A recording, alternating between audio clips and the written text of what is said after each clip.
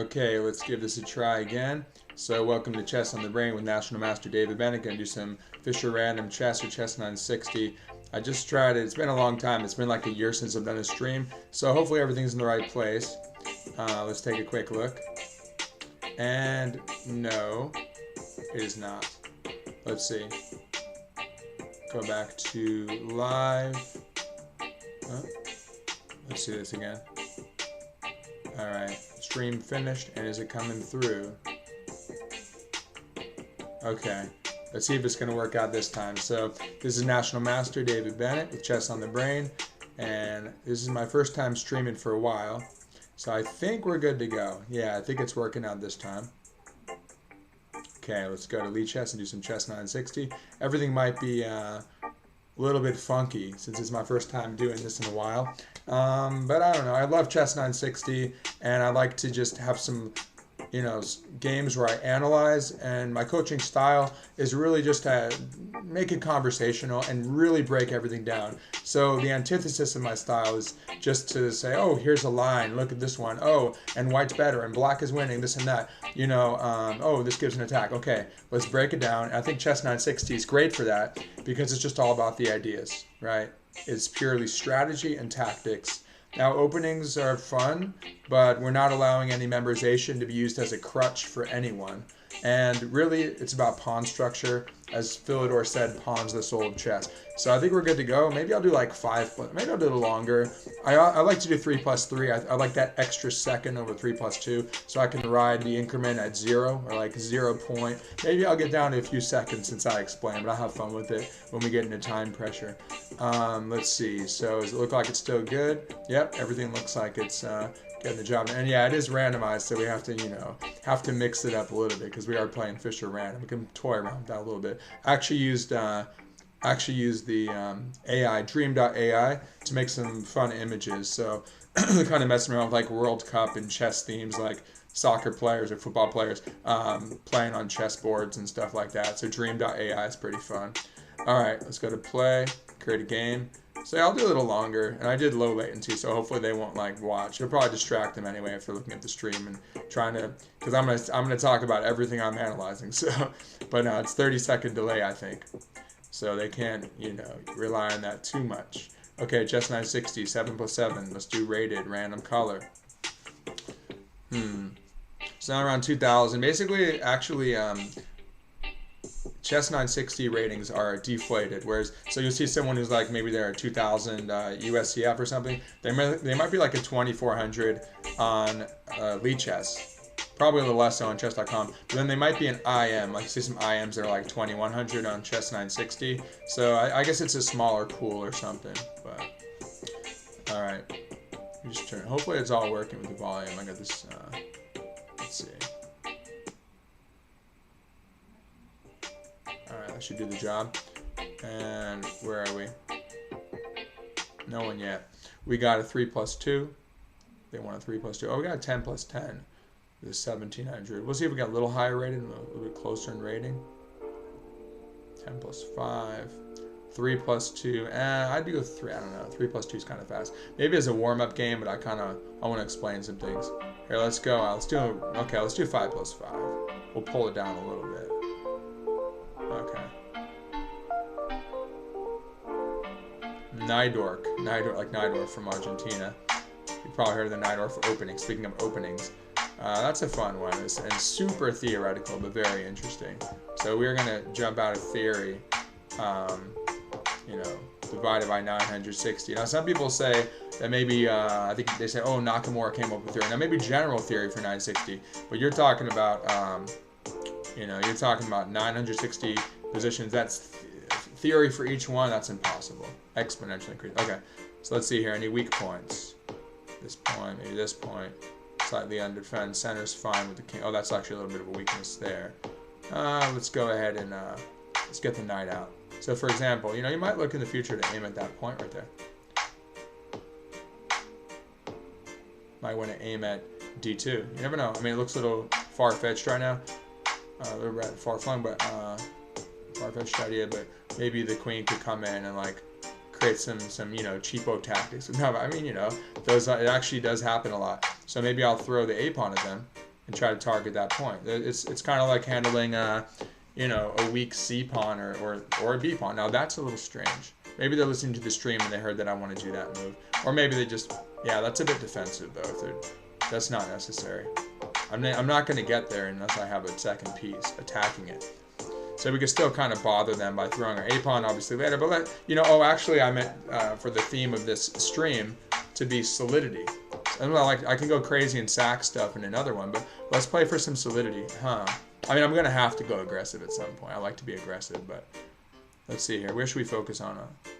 Okay, they want to probably go like this. Oh, that's what they want. I see what they're up to. They want to play C4. Now, what if we play here? A D5. I don't like them that much. So if we allow C4, throw this pawn at them. And if I'll take my time, but I do want to explain everything. I'm trying to make good moves. Have a clear plan. So if they go C4, go A4. It's kind of interesting, actually. If they go here, I don't really care. I'll just hop around and provoke them to push a lot of stuff. I kind of like A5, A4. Let's play a little bit okay, I'm not sure I'm playing solidly. That was the thing. But I'm trying to play purposefully. Because you could see that if, okay, so they are playing sort of defensively.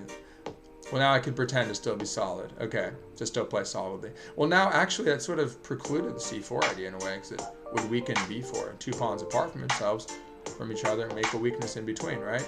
Can't have a pawn guard that square ever again. So, therefore, let's see, we can go, let's open up the bishop. Which way to open it? Well, keep in mind, if they want to bring out this bishop, they are going to weaken the B pawn too. So I don't know. I mean, again, it seems like a cheapo. It was like, hey, I mean, that's a point. I'm not going to win it necessarily, but if you let me put pressure on it, I certainly will. Now, the only question is F5 or F6. F6 is solidity, huh? F5, maybe E4. Maybe we ignore that. That's fine. I mean, obviously, this is more aggressive. It can be aggressive. That's fine. Where's the bishop going to go? You know what? I actually like this for the purpose of maybe sticking the bishop here. You might get E4, and would they? No, I don't like that because they have knight here. So just imagine the right setup that you want. I think F6 is solid enough. Maybe E5 setup. Let me look a little bit. How are we differentiating from them? I think I like F5, mostly because it puts pressure if they want to play E4. And I'm guessing, they could take the knight if they feel like it, but I wouldn't oppose having the bishop pair here. So we're just going to go natural development. I mean, obviously I'm not going to play C6 and hang my knight. Actually, it'd be easy to do because this bishop kind of, you know, sticking his head out from his rear and his ugly head from G1, right? Sniping from, it's kind of, I think of them like snipers from caves or find your little pocket in there. But really, I'm thinking the main problem for them is the bishop, and they decide to come out. But they do, I'm pretty happy with this because B4 is weak. B3 is arguably weak if we can, theoretically, if we can, you know, hit him with C6, B5 later. So this is long-term stuff, but okay, this doesn't actually threaten anything. Now we want to, I mean, play solidly. Let's just play solidly and kind of look at these weak points. Let's say we go here in the center with E5, and then they go D4. I'm just trying to think of what would weaken them. What would weaken them? D5, D4, takes, knight C6. I don't think I mind that. Although, you know what? I don't want to help them. Oh, the bishop can shift to the diagonal. You know what? In that case, I think I might try knight C6. Let's say they go D4. We hit them with here. They bypass, stick the knight. I mean, really, that knight is annoying on B4. They'll probably challenge it. But I do think, again, I am trying to stick with solidity. I don't know how long I'm going to be able to stay super solid. No matter what, though, you know, you should be solid enough that even if you attack, which you should still, you know, chess is half defense. So always have that prophylaxis in mind. But right now I'm feeling pretty solid. Now they've certainly stopped any ideas of, like I said, these early attacks. I don't know if they heard me or not, if they happen to see it, it says I'm streaming, but probably not. But if they want to castle, this could become actually an issue. Okay, where are they going? Well, they go here, they'll easily challenge, like knight comes in. I do want to hit these points, really. I think that's a key idea here. I'm not too worried about knight d5. I can probably pop in e5 now. So now we're pretty safe here in the center. Again, solidity. A little paranoid. Let's be paranoid. You should always be paranoid to the extent that you should look over your shoulder. Because, I mean, come on, you're playing someone who's trying to crush you, right? So I'm going to go here. They want to go here. That's covered, right? They'd have to go like probably E3 first, which now keep in mind, I usually have like a little tagline at the bottom that says pawn to the soul of chess. Aha, they've weakened themselves. So I don't know, they're kind of doing the opposite of what I'm trying to do, which is making weakening moves. That's weak, that's weak. So I'm pretty happy so far with this. We have 5-second increment. I'm fine going low once we try to get a good position first. Now, would it be weird to push? I mean, they are putting pressure. Do I want G6? I don't think I want G6. Oh, we're going to stick the bishop here, probably. Later on. Don't want to take it. Pushing is interesting. I'm not really opposed to it. Do we need to? The bishop's covering. I want to push. Bishop here. Yeah, bishop here is completely fine. Bishop E6. That's got to be the move. Again, solidity. Solidity in this case means developing and not getting yourself in trouble. Pushing might overextend a bit. Removes tension from the center. We don't want to keep. We want to keep tension on them. Keep some pressure on them. Why not? That should be a default, really. It's like in a Queen's Gambit where you play C4 to C5. This happened in Steinitz. Here comes the knight. Where is it going? Oh, that's sort of annoying. Yeah, that happened Stein and Zuckertor. Zuckertor kept bypassing and broke the tension. Didn't work out too well for him. Now, I would consider taking. It's kind of interesting. Takes knight here. Then, takes this way knight. Yeah, that's very possible. Create an imbalance. Hop in with the knight. It's interesting. I don't know if it's necessary, though. You could move the knight back and play for, like, Let's see here. They are hitting this point. Is that weird to go knight c8? I think we want to work with that weakness, though. I think this looks very strange, but I'm going to try this because I want to keep the knight there so I can play c6. Actually, there is a method to my madness. I mean, you could, wouldn't this be weird? What if I go knight d8? And then, I mean, it's completely reasonable in a way. We can also just pop the knight on b4 and take back with the queen of the pawn. I mean, I want to, but again, I'm not giving up on these ideas of putting pressure on the weaknesses. Aha. Oh, now this actually, oh, there we go.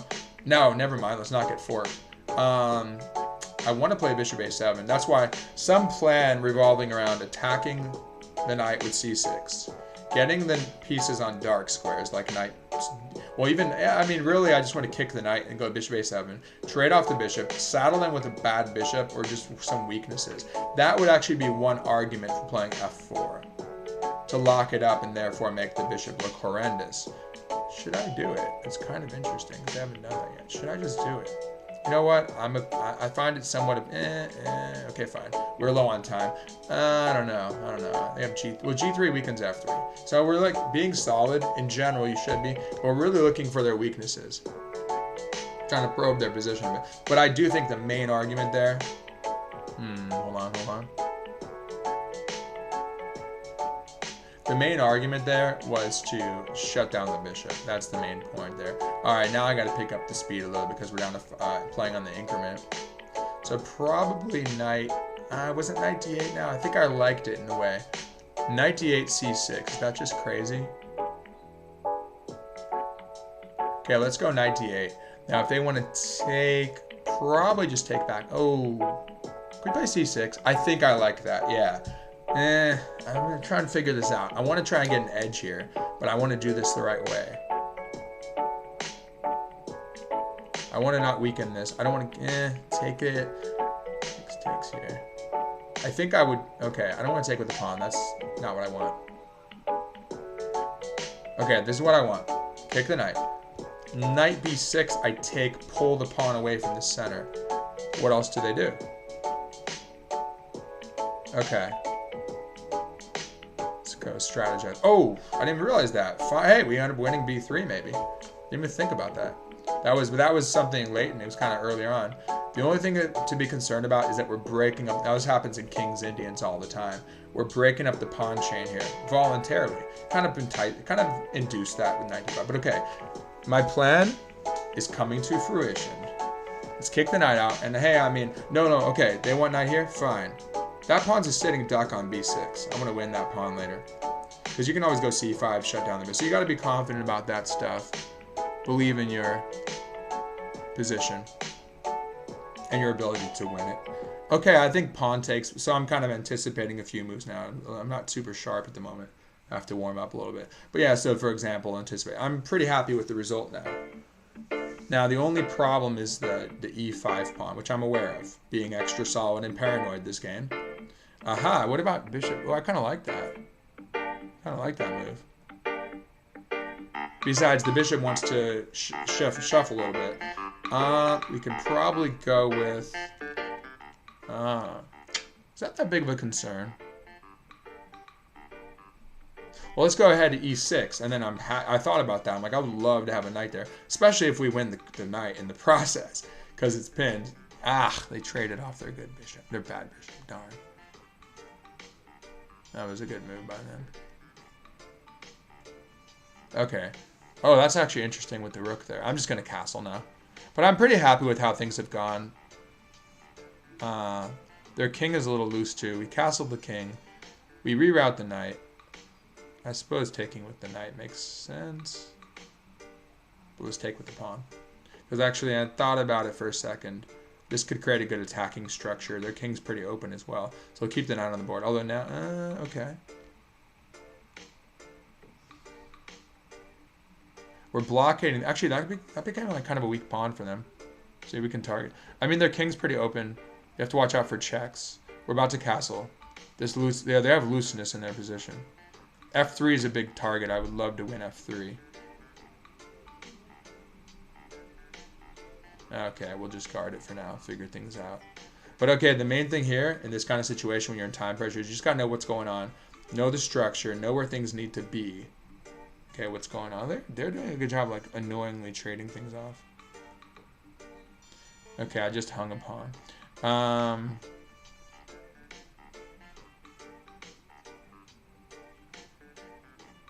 Doesn't matter that much. Okay.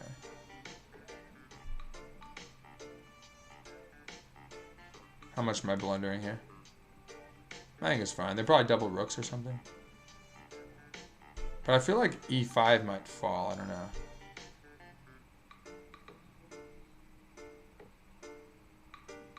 I figure if I take right away, they'd take b8. If they double, do we just take it? Yeah, this is my warm-up game. A little sloppy, but it's fine. I mean, I'm down a pawn, but it's not that big of a deal. Yeah, I thought about that. We take this. They take back. Okay. So is it just a bunch of trades? It looks like slightly just kind of liquidating a little bit. Yeah, we didn't lose anything. So they're up a pawn right now, but I don't know. I mean, our king is. I think the main thing is that their king is open. Our king is pretty. That's why I took this way in a way. I don't know. Didn't want to trade that for some reason. Okay, I'll move off this. And if they want to take, okay, fine. But I think, yeah, this knight really wants to get in the game. Try to win this pawn, maybe win a pawn back. We have the B file currently. Okay, just tossing a check, I guess. Actually, I don't think that helped that much.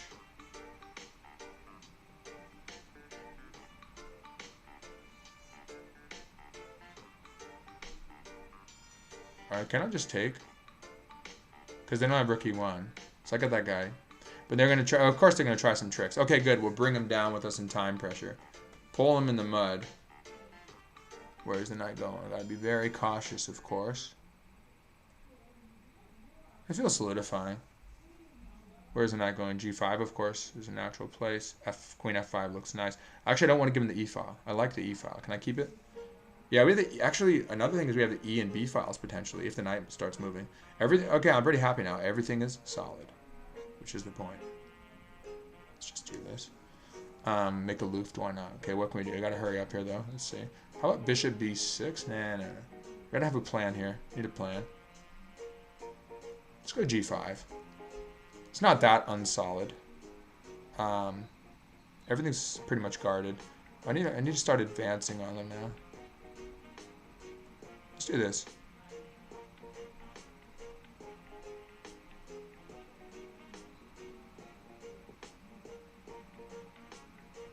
Let's trade queens.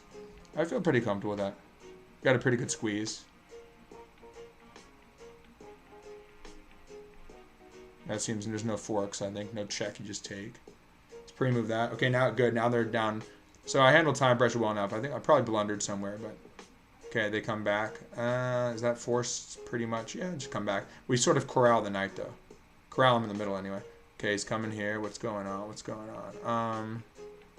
Should we trade? How about let's improve the king's position? Start just like invading with the king. Can I play here? Maybe h5. Just come back. Yeah, we'll come back anyway.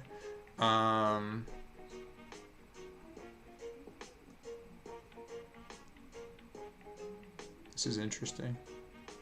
Should we just check? How good is this? I think, you know what? I think I'm feeling pretty good about this endgame. Because the king placement's nice. Should we just throw the c pawn at them and try to win the d pawn? Okay, what's going on here? We're just like move on the file. They're going to get trapped. Oh, they're going to get forked. They want to fork. Oh, they're forking that way. I guess that was going to happen anyway. Not a huge deal because we're going to win the d pawn now. Where are they going? Okay, I'm happy with that, I guess, yeah. Let's just try to promote this pawn. Do they have any forks or anything? How about try to win this pawn, maybe? Why not? And then I guess just... I mean, I think really I should be pushing the c pawn right now. Yeah, I should push the c pawn and try to win that way. It's probably... I have a feeling Stockfish would say it's winning, but maybe I'm too confident here. Oh, we are up a pawn. I didn't even realize we're up a pawn right now. But it's more... I was focused more on a... Let's see. On that. Just keep trying to fork us, huh? Okay. So I think we just run the c pawn. They can't really stop the c pawn so easily because and the knight. See the b4 square. So you see the thesis that we're going to weaken the queen side ended up working out. I mean, again, I'm getting too confident right now. Let's stay modest. Stay modest. When you get too confident, you blunder. Hopefully, I didn't just blunder. It's not a big deal. I think this is fine because the rook's under attack. I didn't want to block my pawn. I think it's pretty logical just to do this. And then, oh no, we have a check if we feel like. I thought about it. I'm like, I'm not going to trade yet because I kind of like the situation with the knight on b4. I'm like, I'm not going to trade off your knight. Your knight's not helping you that much anyway, is it? And now there's no checks. Yeah, I think she's winning. God, okay, wait, we don't trade. No, don't trade. You want to check? I push. That pawn's promoting pretty soon. Because the knight, look at the knight sort of corralled again. Not really, I mean, like usually corrals on the side, but we have them, let's say, restrained. A lot of chess is about simply restraining your opponent. Tip kick. Yeah, by restraining him here, we're just going to win. And now you just move the king and promote. I don't see anything here. Just check out. Again, a little more dose of a little more paranoia. Let's check. What about? Oh, they resigned or they lost on time. Okay, good game. Thanks. Well played. Yeah, that was really interesting. I would take a look at the analysis board real quick. Let me just double check that this stream is working. That it's like everything's in the right place. Yeah, I guess so. Okay. So we got, and hopefully if you're on there, let me know if the music's too loud or something. If you can't hear and the music's like, it's all messed up. I don't know. Oh wait, I didn't really check that. Hopefully it worked out. I like personal. I watched a YouTube video a while ago where the guy's like, here, adjust it like this and like this. OBS, yeah, somehow it got more complicated in a way. They simplified some things. No, they do. They kind of auto. They kind of go to default and they test it with your computer, so it's not that bad. Okay, let's see. I guess I'll run very, very briefly Stockfish. I don't suggest using the computers too much, but just to verify things and at least grapple with it. Let's see. So it says it's about even. Yeah, this was fine. Yeah, the computer for what it's worth actually likes F4, but I just sort of wanted to keep tension. Okay, this was annoying. Oh, funny enough, it agrees with knights. Yeah, okay, just checking it real quick. And then I went for F4, not a big deal. But what happened is they ended up putting, so I made a few quick moves because I was down to 7 seconds. But I just made logical moves, you know. This was a good move too. They made some good moves. And then I go for this weird looking knight c8. But we have time, so I figured, hey, let's kick him out of here. And if you're going to, I mean, I was actually pretty happy, the computer suggesting knight b6. I think I was pretty happy with this. Like I said, I think that pawn's a sitting duck. I wouldn't play c5 too fast. It weakens things. But, you know, they have to watch out for that pawn. And the most important thing is that it pulls the pawn away from this pawn chain. Remember I mentioned we play c6, you weaken d6 a bit.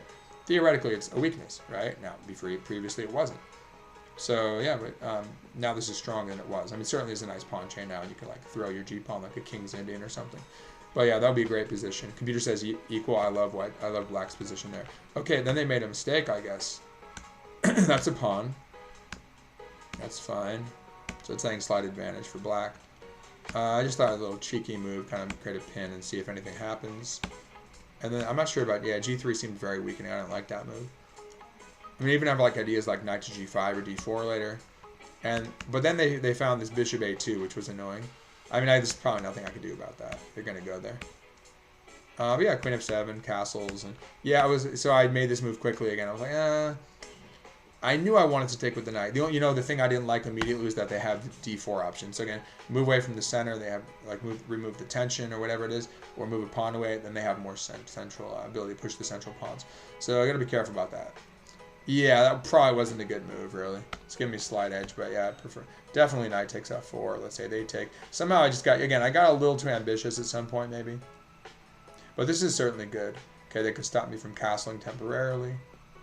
But my king, I don't know. Even here, it's safer than theirs. But their king's pretty sketchy.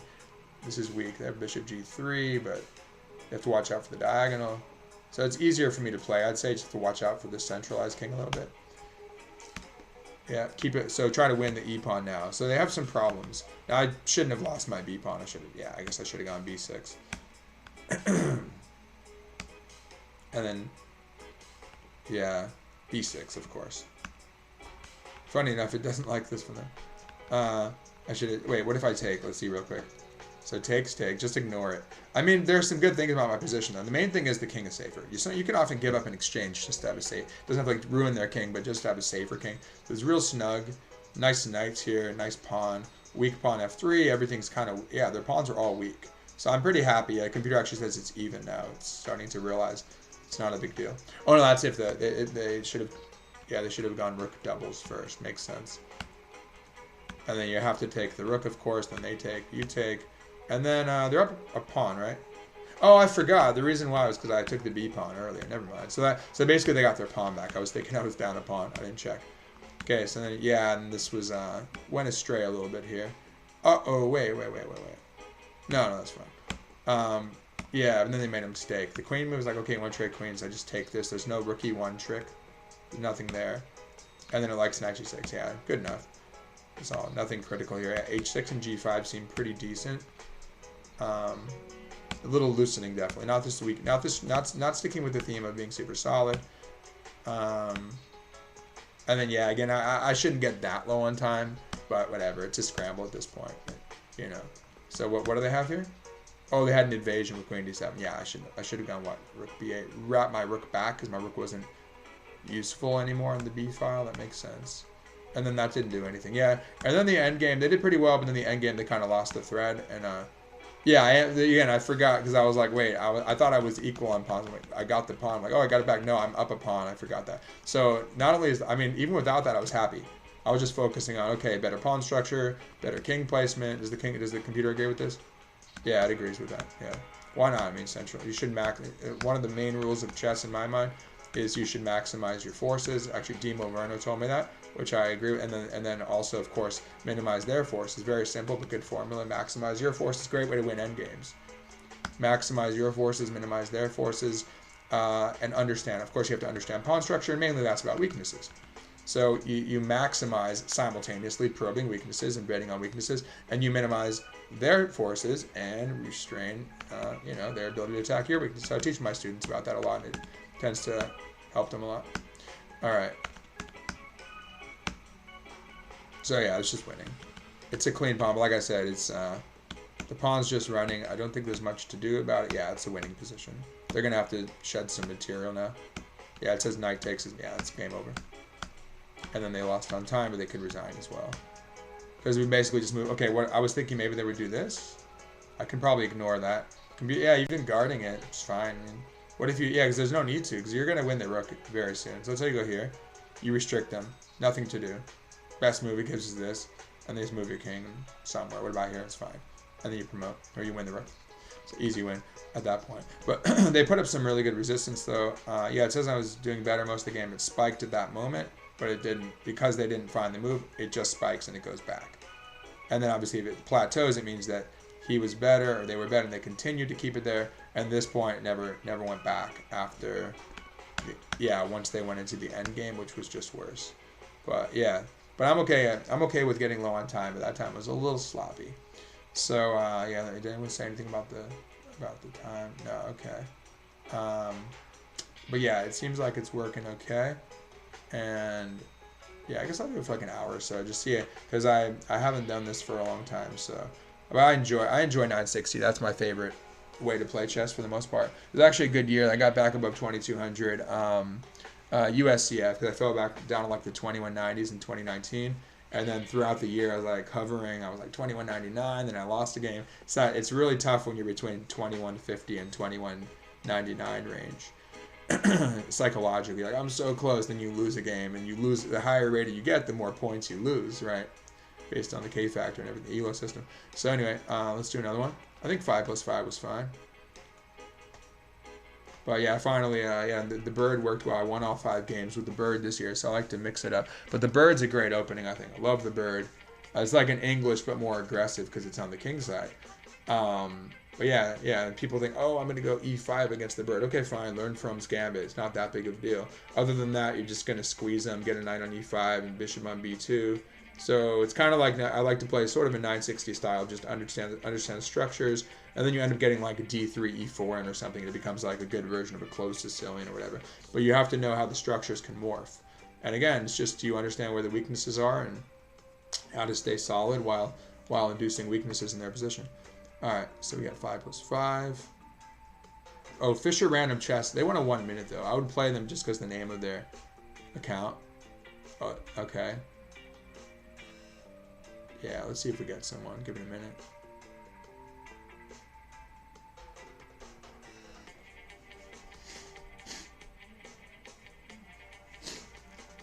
Yeah, but the idea, I don't know, I'll probably keep the video like this because I was messing around with it and accidentally went like that. I'm like, you know what, I'll keep it because the idea is to disorient you a little bit.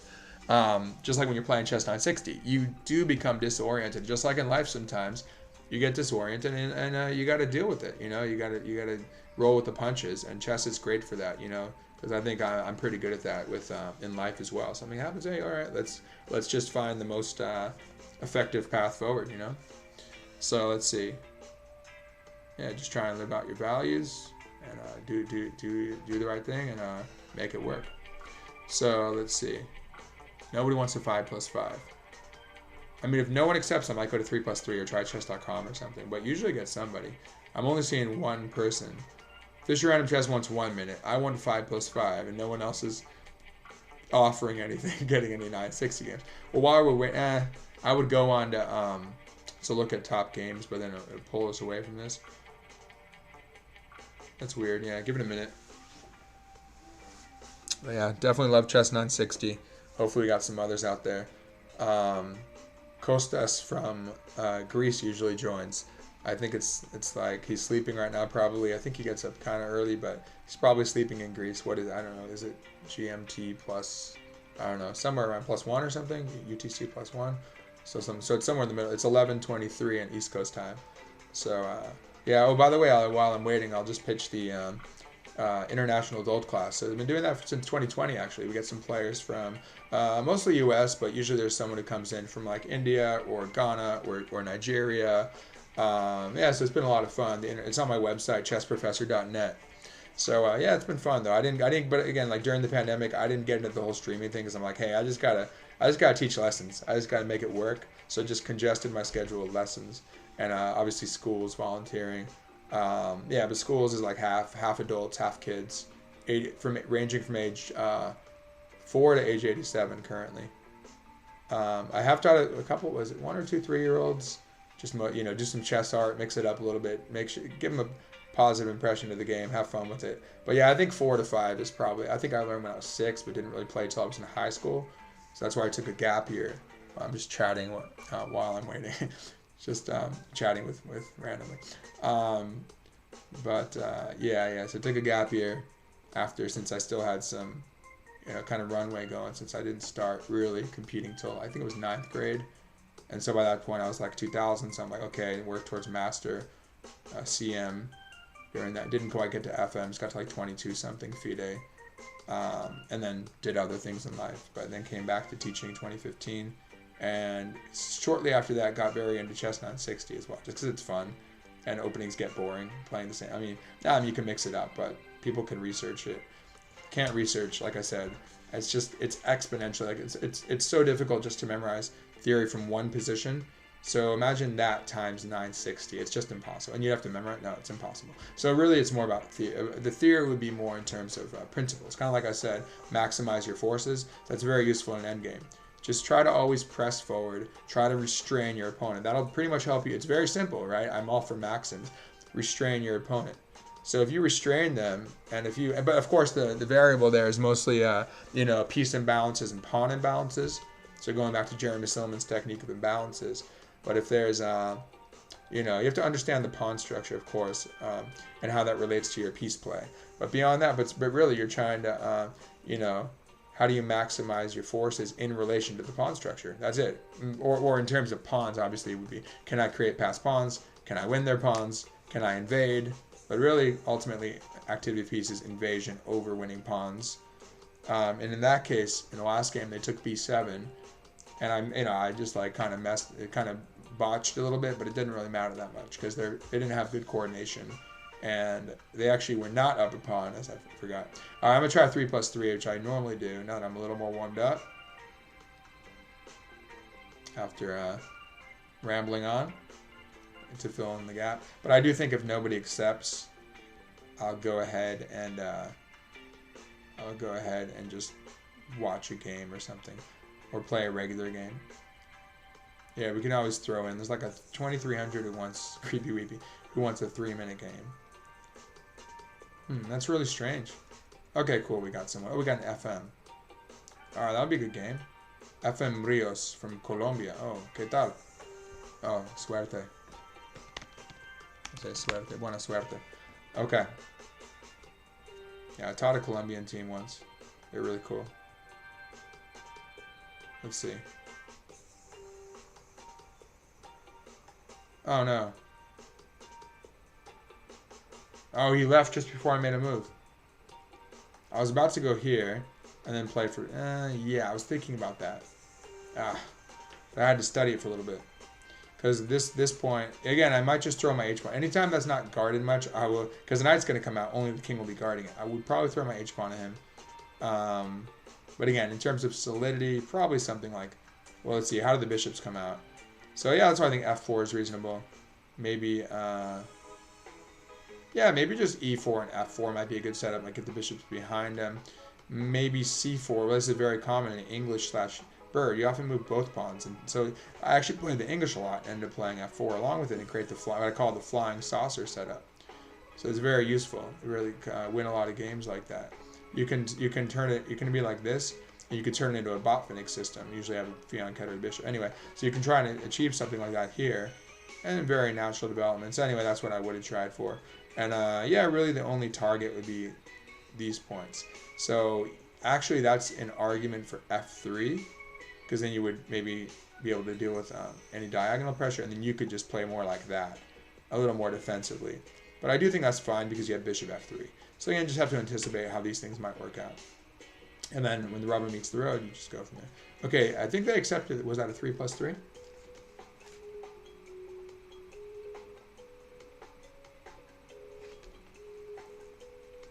Okay, I think it transitioned from hip-hop to, I mean, not from reggae. What is this? They have some lo-fi hip-hop and stuff, and went to reggae. It went from reggae to lo-fi or something and back to reggae again. I probably want to keep it on reggae, but no, this is cool. This works. Okay, they want to. I guess I'll go with that. Okay, 3+2 casual versus 1800. That works. Okay, high. All right, so this is slightly faster. I'll try not to get in time pressure too much. All right, let's just make a move. Okay. Now, that is hanging, but do I want it? Probably not. They don't want me to take it, though. Now, okay, let's work the dark square. It's like it's a Sicilian, sort of. So, but actually, this is nice for the knight. Huh. Let's see here. Gonna get the right setup. Let's begin with this move as well. Can't go wrong with that. Can castle. We could have already castled, actually. They want to castle, too. Right away. Let's see here. But let's figure out what the plan is. You can always play like a typical Sicilian. B and C pawns advance. Or B pawn, maybe A pawn. Let's see here. A bishop might want to go to a6. No, bishop b2 is probably fine. We're going to probably want to play. We're really going to want to play on the dark squares. So, unlike a normal Sicilian, we can attack them more on the king side, I'd say. Hold on a second. We almost have h5, h4.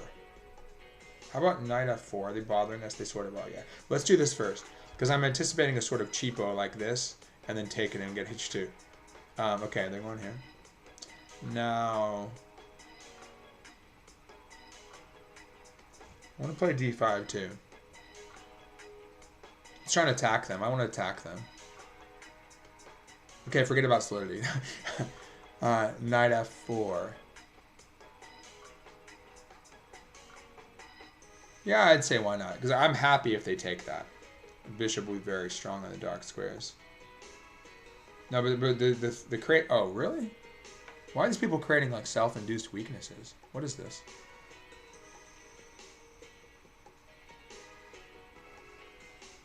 Oh, we can play h5, h4. Cool. Because the take, we get h2. I think that's, yeah, that would be great. Oh, they can take. Yeah, they can take here. No, I don't like that for them either.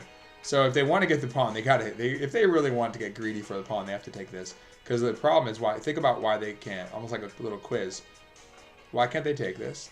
Oh, first of all, you just take and you're going to get h2. And you're, yeah, that's why. But there's something else, I think. Wait, what was it? Oh, if bishop takes. No, same thing. Okay, they're kind of allowing h4. Then they have knight f5. Okay, how about g6? How about e6, possibly? No, they want to take now. How about g6? Again, I'm still playing solidly. Just don't allow probably bishop h6 check if you don't want to lose the exchange, right? So you have to be aware of these. It's like, it's a lot of tactics is the tactic in front of you. It's where the tactical weakness. What are the tactical possibilities? That's weak. That's weak. That's under attack. Well, that's defend. Okay, I'm following the solidity. Now look, I'll go very aggressive, sure. But if my opponent gives me a chance, I'll just try to exploit their weaknesses. That was a pretty good move. Or was it? It was a sack, actually, sort of. Which is not a bad sack, but they'll take here. If the queen wants to take, I'll be happy to take d3 and come back. Did they just blunder? That was sort of a blunder. Oh, it was a big blunder. Yeah, that was a winning position now. Oh, no. They have this move. Ah, they have that move. It was still a blunder, though. Or was it? Oh, crap. Wait. Oh, they're playing for a trick now. Oh, no. I got too confident myself there. Oh, man. Okay, they have the check. Ah, I got too confident there. I botched it. Okay, let's see.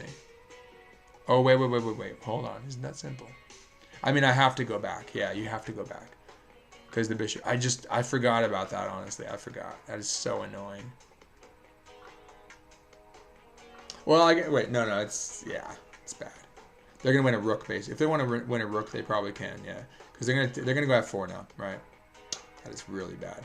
Okay, we're going to try to wing it, but this is not good. Oh, wait. Hold on.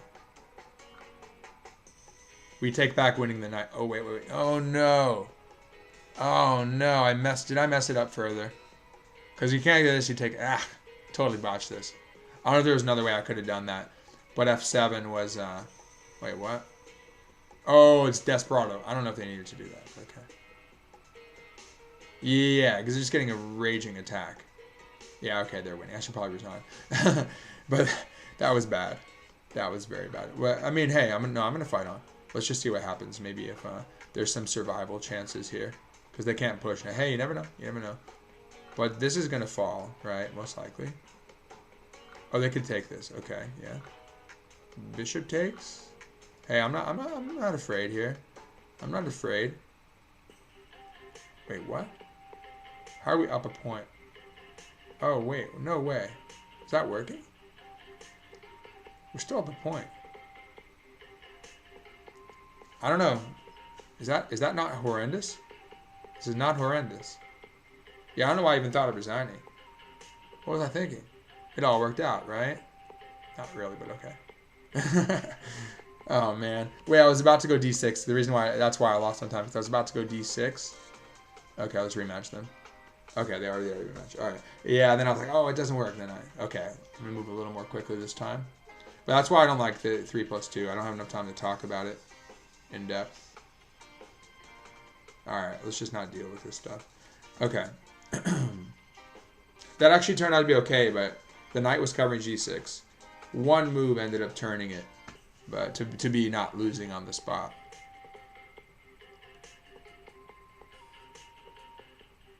Again, no, it's sticking. Again, sticking with solidity, but attacking. That's the motto today. Stick with solidity, but attack if you have the opportunity. How about that? Okay, so I'm playing like a Queen's Gambit structure. I mean, you know, or like playing against an Indian defense type of thing.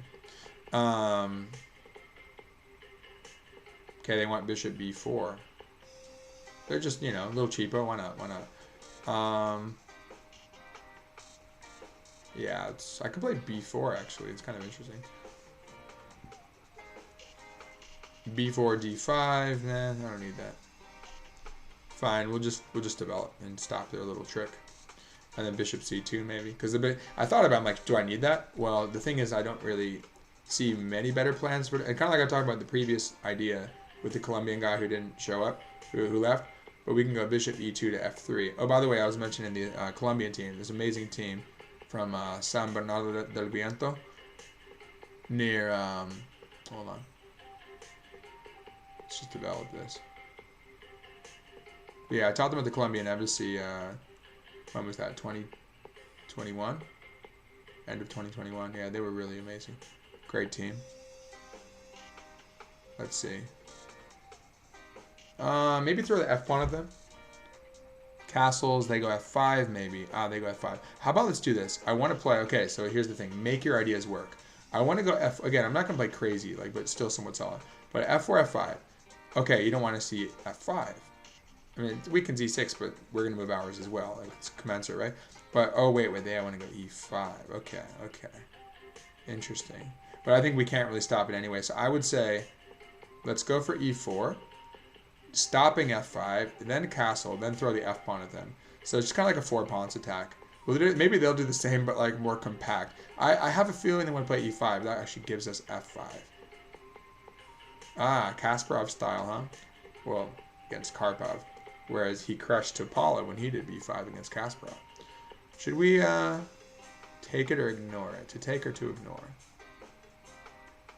Bishop. Should we just castle, let them take, and then go f4, f5? That does look like fun. Even if I'm in solid mode. Wait, if they take... am I really that worried about that? I don't think so. Do I think it gives good attacking chances? Most likely. Therefore, we have to go for it. Well, really the justification for that is that development. Center, development. Look, I mean, we have almost everything out, really. The knight's sleeping, okay, whatever. But maybe if we win a piece, we can use him in the endgame or something. But really, I mean, look at this. 1, 2, 3, 4, 5, 6 pieces ready to go. Plus pawns thrown at them. I thought about that for a second. Oh, that's very annoying, actually. Should we sack another pawn? Let's see. F5 takes king h1. Gotta look at it. Let's see. F5 takes king h1. Oh, that's kind of interesting, actually. Takes. Knight moves somewhere. I don't like knight e5. I don't think we need to go that crazy. Bishop c3. Maybe just bishop e3. I think that's fine. And actually, then the queen looks a lot. So that's where it's just like maybe it's a bit of a stretch. So no need because we're playing f5 anyway. But I kind of liked certain lines there. Let's just do it. Pawn takes, pawn takes. I want to go f5, f6 even. That's why I thought it's a pretty strong idea there. They take... Oh, they missed something, didn't they? I think they missed something. Yeah, they did. Nice. That's a mate right there if they take. So basically they're losing a piece. I didn't see it at first. I'm like, oh, that's cool. Yeah, they must have missed it. Because it's like they want to throw in the kind of Zwischenzug. But they don't have time because they don't have time to take e1. Oh, they go for the Desperado again. Okay, whatever. So we win the piece. They take with... Okay, let's prepare something here. Oh, that's interesting. Do we still have something cool here? No, unfortunately we don't.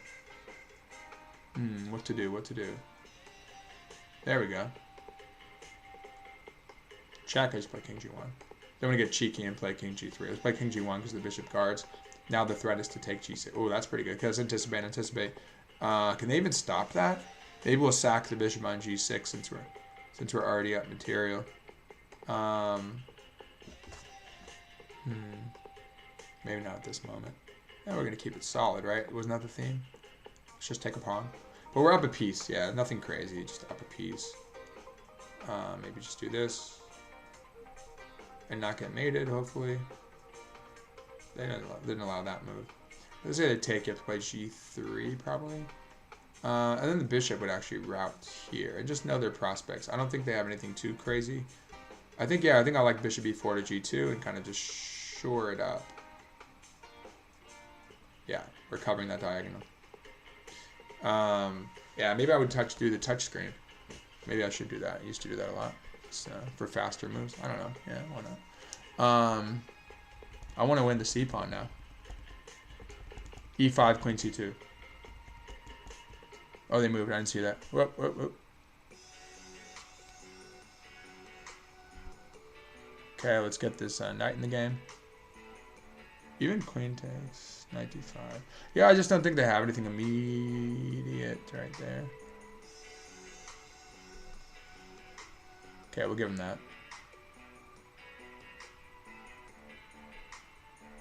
So now it's 2 pieces for a rook, and they have pawns, which is still pretty promising, I think.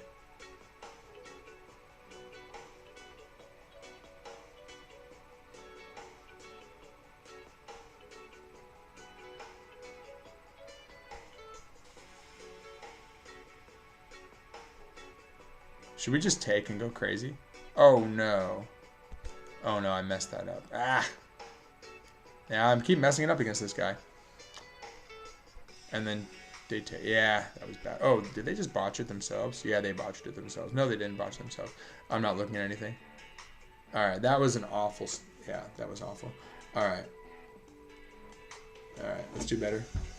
Yeah, I gotta switch for the tempo. I gotta switch the tempo because if it's like more increment, I think I can talk more and handle it.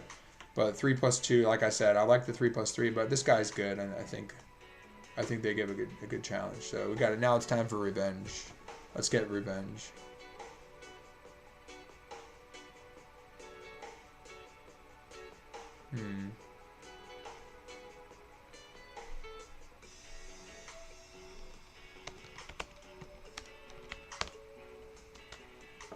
Let's see.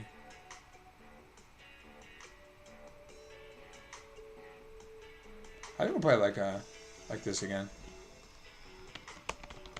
I said, why you play so slow? I said, stream talk, deep analysis. Haha. Must do deep analysis against them.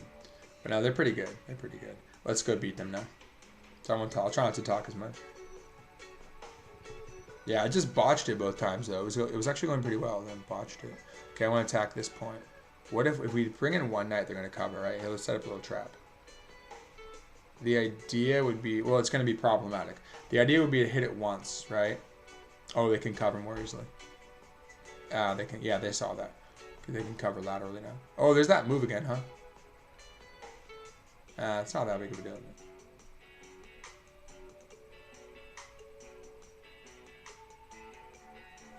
Alright.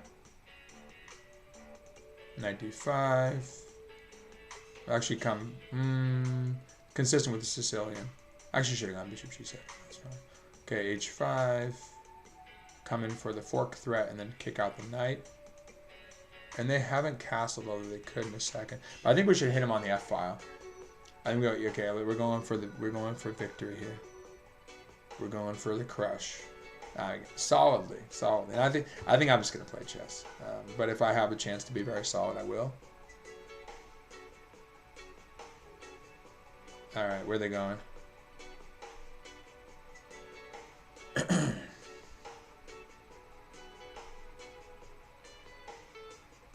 Yeah, so let's play for the f5 with the king, especially with the king there. Can we go g5? I think we can. Because if they, or wait, is that just falling? They have not h3. Wait, what? No, it doesn't work. There's nothing there. Where is? Oh man, I am not looking. I'm like completely blind right now. with a check, king up. I don't think it works, but it gives them comp. Yeah, they got some comp. Yeah, but really, there's nothing there. I mean, it's a little sketchy. Yeah, that's what. Okay, that's what happens when you don't play too solidly.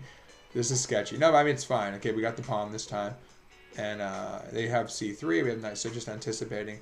Well, again, like the solidity. When I tend to play the best in these games is when I'm just focusing on restriction. Yeah, because last time, we won the piece last time. We got that piece. Just botched it. We will not botch it this time. It's just different pace. Yeah, it's the one I'm playing. That's true. I can't play too slowly in this, but although it's not. Yeah, it's just not ideal right now to play 3+2.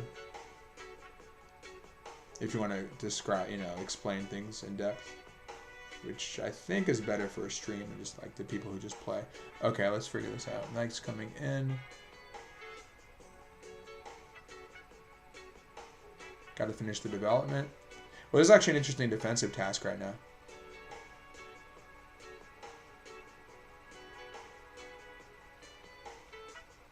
Okay, make the flying saucer. B5, B4 prospects coming up.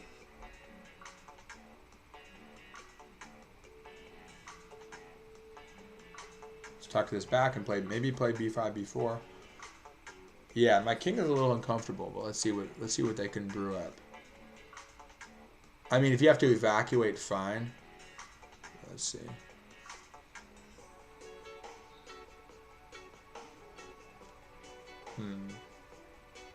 Rook is trying to hit the file. Oh, okay. I don't mind this move because then we can look here at some point.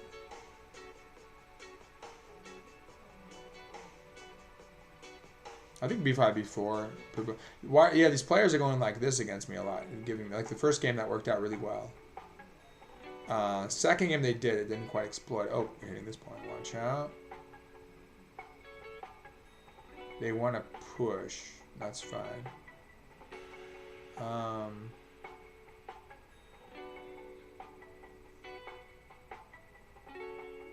Let's come here. And then well, let's see if they want to push. I was thinking maybe knight d8, but I think can we just trade it? I don't know. Knight d8. Push. Okay, they're trying to put some heat on there.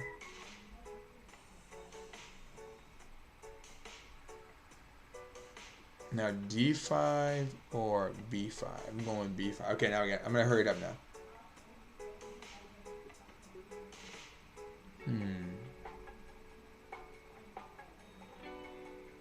Knight here, yeah, why not? Create a little counterplay. See, last time, no, you know what? I fell for that. Where I'm like, oh, I got him. Like, oh, I forgot about bishop h6. But this time, oh, am I messing up again to fork? Let's see if I'm messing up again. I don't know. I don't think it's that bad. This time, I don't see anything direct. And they don't even have queen h2 yet. You probably should have gone queen h2, actually. Okay, now we're going to fork here if they do something weird. All right. Now, we're inviting a sack if we push. It's dangerous. Okay, let's figure this out. I don't know. I'd say go for it. We would be up a rook if they decide to sack. It's very dangerous, for sure, but you got to be fearless.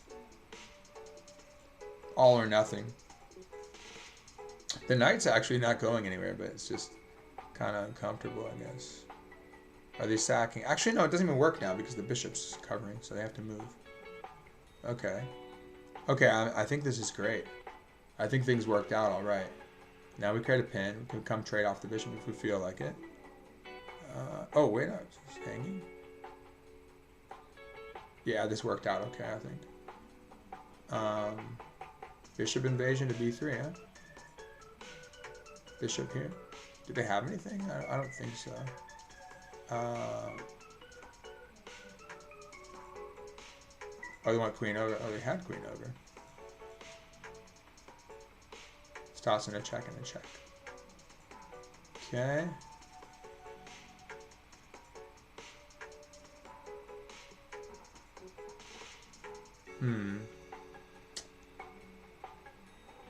So covering this, and we have knight d4. Ooh, yeah. That would be great. I like knight d4 prospects. And really, what do they have? You look at their. You have to understand. I think I forgot to restrict my opponents because you got to really know what they have. I don't see. I think they might have had queen c3 actually for a second. Oh, this is cool. Yeah, wait up. Okay, we check. They come up. We check. That looks like it might be mating. At any rate. Oh, they have this now. Well, we have to check. Yeah, now that I looked at it.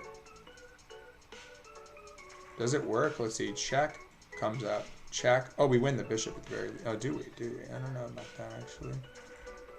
Oh, we get a mate. Good. Good thing I saw that. I almost didn't see it. I'm not sharp right now. I gotta warm up. Okay, let's play again. Yeah, they try to thanks. Okay, they said well played. That was nice. Oh, it looks like almost normal. Okay. Whatever. Let's just take the fianchetto. Why am I doing that? Yeah, but it's gonna happen anyway. It's gonna happen.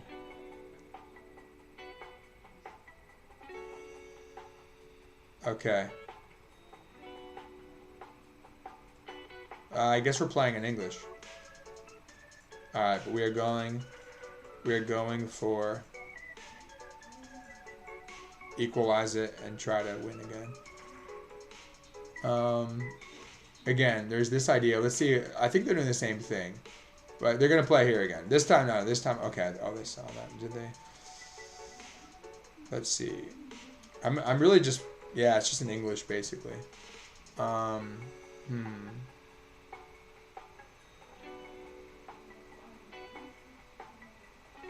So really, I like to play f4. A knight d5 with the f4 idea. Oh, they have knight here with tempo.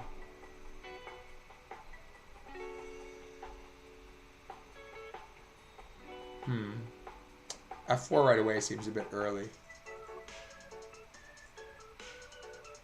Knight comes in. I think I'm gonna, yeah, I don't like this bishop a. No more bishop h3 stuff like last time. I shouldn't have allowed that. Okay, so this time it's a better line. Oh, they're moving pretty fast. But yeah, it's a basic setup. So playing the English, basically. Knight comes in. And possibly playing f4, we'll see.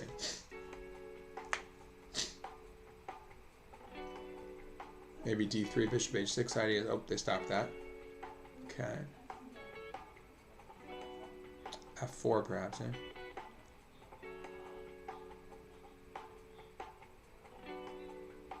We also have bishop g. Oh no, we don't have that. I was thinking we could come in later, maybe. Okay, they have the fork idea now. Rook over c6, but now c6 is could become weakening for them. Kind of feels like the other game. Oh, this time hopefully we'll play that a little bit better. Oh, that doesn't work, does it? No. So is this f4 idea just not coming to fruition? Let's see. They're good. They're good. Okay. Well, I like a good challenge. If you go f4 now, I think.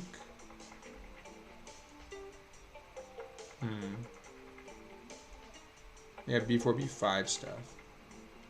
I think we just go typical English style and just attack on the queen side. Let them do a little bit. Maybe go h4. 5 takes. Do we insert h4? Is that necessary? Don't want to overdo it with defense. f4.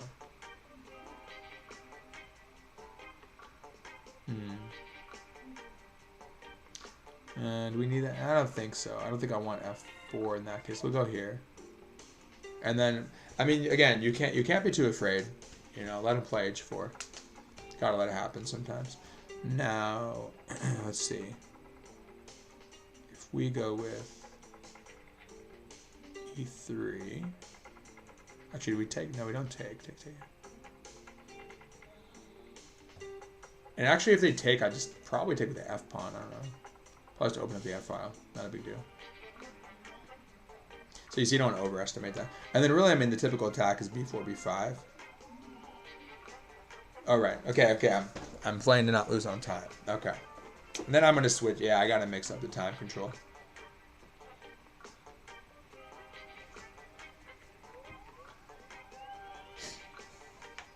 G5. All right. So we got 4 now.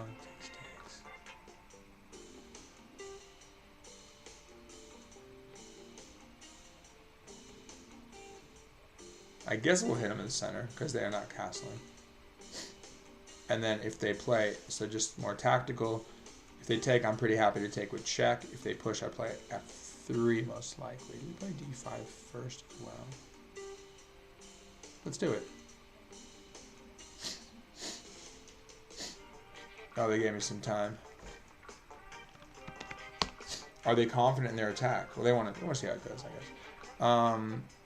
But yeah, we just open up the F file. I wonder if they take, check. Take, now the rook takes H2. So take E4. Take it with the rook, that's annoying. You can take F5. Don't think we need that. Yeah, they gotta be careful about the F file themselves. If they take, I think probably the rook just takes to hit F5.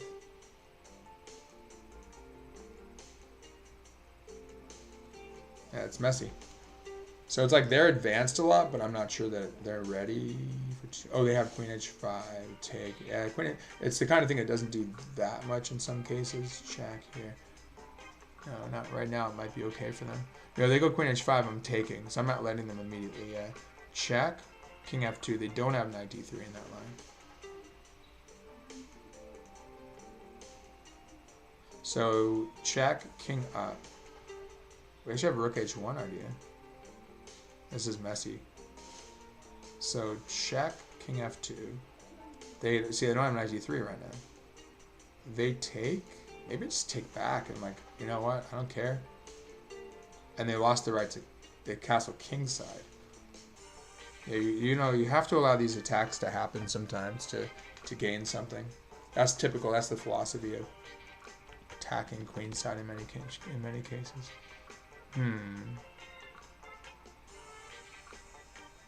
If we take with then. They want to keep. Oh, they want to check. Take back. If queen takes. Oh, that's interesting. And then, oh, then knight's gonna take. Okay, so they check. We go king f2. They, oh, wait, what? That was a blunder. Think. Oh, they're thinking about going to take with the queen. That was probably a blunder. No, if I had taken with the queen, they would have had a trap. I almost did. Then they would have had check, and then king blocks. That's kind of what happened. And I feel like I'm getting deja vu. I think this happened against the same player. Okay, this time maybe we'll even the score. Yeah, f5's collapsing. They try to castle. They have queen h1 if we take f5. I think we just go queen g2. Oh, wait, can we just take it? No, this is not working for them. This doesn't seem to be working for them. Yeah, now they can't castle very easily. If they do, I'll probably sack the exchange or something.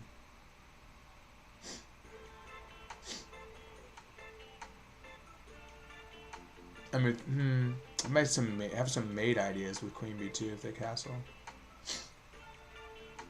Okay, where are they going? We just take the pawn. It looks crazy. Just take. Yeah, why not? That looks like fun, right? This is such a weird position, but I think it's winning. Because, yeah, I don't think they want their pawn to come on b7. Then f5 is collapsing as well. Do we just take f5 with check? Probably. Why not? And the important thing is they're covering these 2 points. So this is like typical defense. Typical defensive motifs. Oh, that's hanging. This is covered, this is covered. Okay, they come here. What now? But the key is that they don't really have that much going. Now we have a target. Well, we have a few targets. Well, if they can trade rooks. No, I mean we have like queen. Just have. It's funny because they really don't have anything there. It looks like they do, but they don't. And then you have queen, and this is just too strong. I mean, it's too much for the as compensation for the exchange. Okay, this is my revenge game. I'm messing up.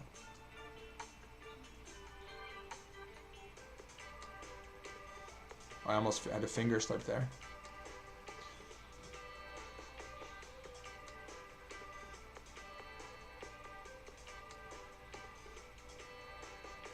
Yeah, lost on time. I don't know who's winning at the end. Okay. But, okay, this is the... Say, well played, you two, thanks. Crazy one. That was fun. Yeah, no, I think at the end, I think it's winning. I'm pretty sure it's winning. Yeah, it says +9. So, actually, it says they were winning earlier. But, yeah, no, I mean, really, I think, like I said, it looks scary, but they don't have anything. Look, this was just a... Wait. Don't they just check first? They just messed up the move order. Because they checked first... And then they check, but the problem is I don't have bishop takes. Yeah, I was pretty happy when I saw it. I'm like, okay, that doesn't work. But again, like this is what they were hoping for. It was sort of a trap they had in mind. And then they win that. But no, it doesn't. I take the other way, so it didn't work. And then after this, it's just completely winning. And yeah, that's correct. I mean, there's nothing there. Take the check, tie him down. Was that correct too? Yeah, I think so. And then I made this move. Like I was about to lose on time because what did I want to do? I was looking at this like, oh no, there's this. Oh, then I have rook f1. Let's see. Maybe queen g2 does work. Or is there something better? Oh, there's a sack. That's how strong the position is. Because the king is so exposed and used to attack the king. Oh, yeah, that's nasty. And then just like keep coming after him. Where's the mate? Yeah, just keep checking him. And that's a mate. So I guess they're done. I was down for a championship game. Now that I'm warmed up. Let's go. Yeah, that loses the queen. That's cool. Anyway. Alright. But I think, okay, I'll do 3 + 3. Anyone else want something? I would do, I like 5 + 5. And we got stream still going well. Wait, where okay, I was asking if anyone sees that the volume's working. So, I don't know. Because I haven't really tested. I'll just check what it looks like at the end, but whatever. Just getting some practice in today. Oh, right. I guess I can check on my phone. Let's see. Let's see.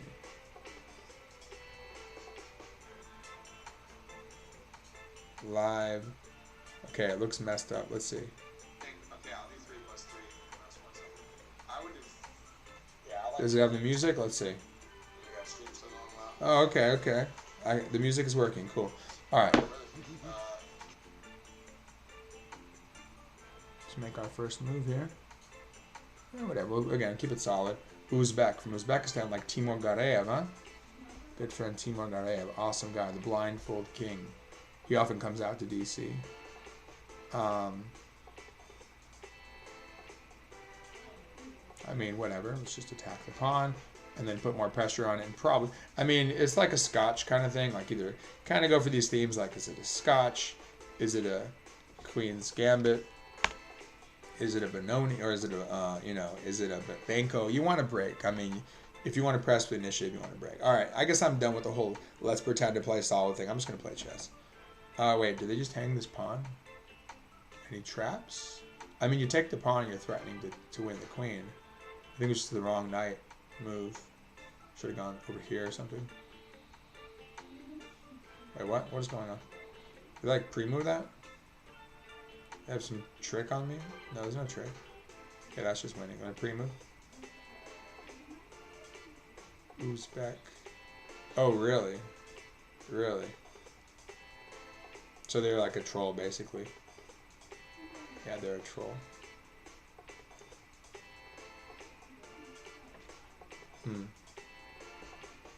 Okay. I'll take the victory one against a troll if you want to do that. Okay, new opponent. Let's see. Oh, Cream Machine's good.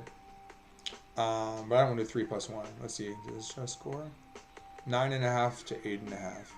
Yeah, we had some winning streaks against each other, I think, and I ended up getting the last one. But they're pretty good. 2100. What's their overall rating? So is he like a 2100, and Chess 960 will be like a 2400. Otherwise, oh, there's Fischer. Okay, I would shout. I'm curious. I kind of want to challenge Fischer Random Chess I'm going to challenge them to a slower game. Okay, on the next one. Kabosi. Alright. Oh, this is... I like the kind of harmony here.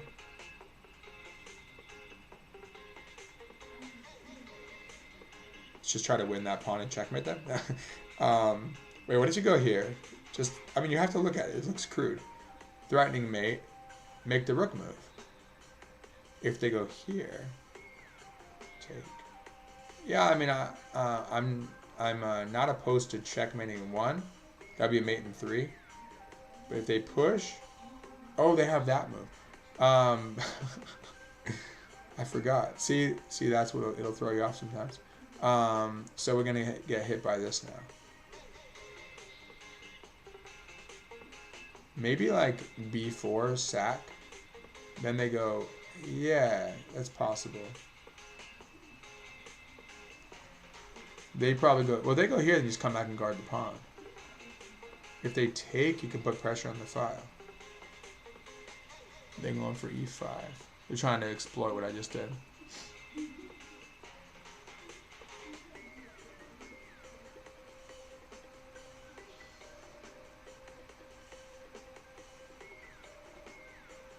Yeah, just here. Wait. Yeah. So not actually losing the pawn, just being awkward. Well, maybe... Oh, okay. That's forced. Okay, I mean, as I said before, like, okay, get the bishop pair, not too bad. I'm not the kind of, like, I'm not orthodox about it. Like, you don't have to have the bishop pair, but try to outplay them with the knight as well. But the bishop pair often comes in handy, of course, when you have 2 of them before you trade one off. Okay, they want to take this pawn. This F4 stuff, nah. We probably don't want to let them win it. Do I want to take? I don't think I want to let them just take for nothing. F3 just looks weird. Yeah, I don't think I want to let the rook lift. I don't know. I don't like the rook lift idea. F4 takes. F3 is just not. I don't know. It's not really helping. But then the queen gets to come out. But it looks awkward. Because I like, what do I do with this? But I think I might go to H3 or something, or maybe later go to G2 and play F4. That actually would make F4 more play. To just kind of wait for F4.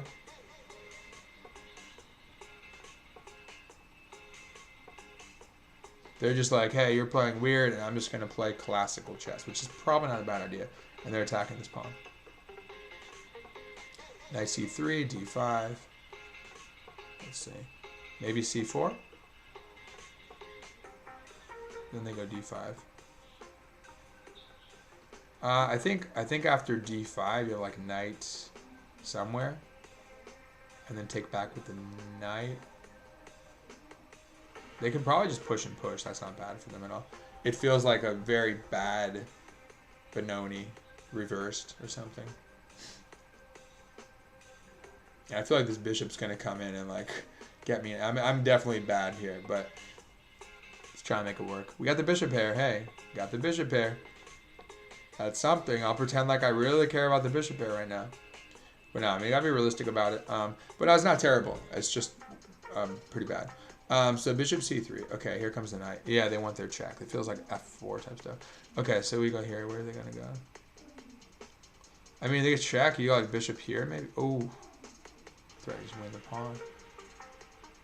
And then if I take this, it helps them even more. Oh, this is bad. No, not necessarily, because after e3, I get this back. Okay, so here, bishop c3. Check, king up. Could be worse.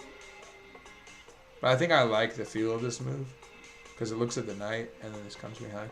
And then, yeah, the idea is that after e3, we get one of these pawns back, I think. That's why I was like, oh, it's not. Oh, wait. Or do we? No, never mind. We don't. This is bad, but we'll make it work. Try to make it work. Okay, come up. Knight goes to c6. Maybe I don't want my bishop on c3 now, because I want to be able to play knight c3. Okay, fine. Don't want to be there though. King e1. You know what? I just evacuate. I think I'm just going for an evacuation project here. They want to check. Okay, this hanging, right? They want to check. You go king f2. We evacuate, and we just try to make this work.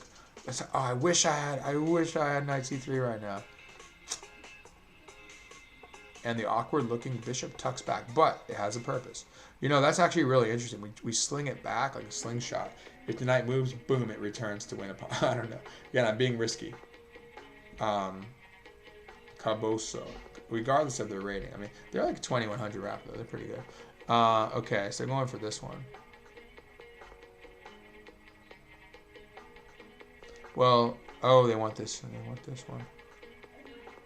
Oh, that was a good move. That was a good move.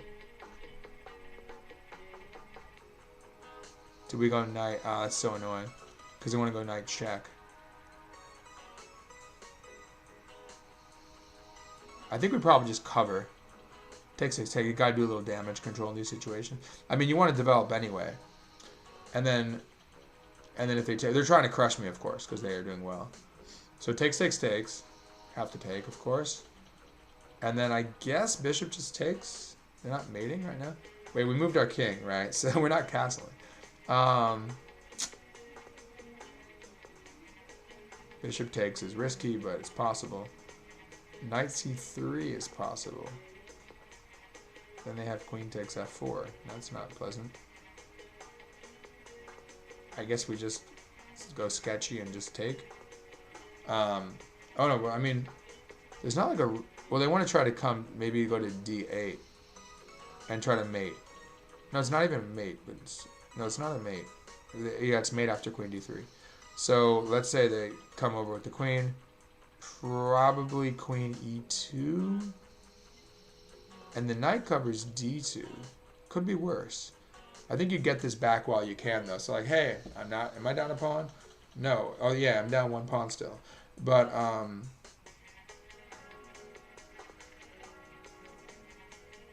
yeah, this is bad. But we're gonna fight. That's interesting. What about this move? Let me just take. What about that move? They take. That's dangerous. This is dangerous. Okay, I think we have to guard this. So knight d2. They're gonna put pressure on the knight. It's not horrendous, but knight a3, lose the knight. Yeah, we're going knight g2. Okay, we're going knight g2. Damage control here. Yeah, if I had played it right, I might have had knight c3 and some other. Okay, they want to double. Okay, that's a pretty good move.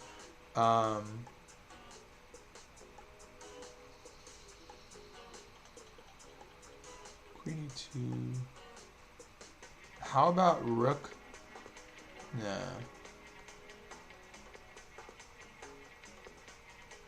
This is pretty dangerous.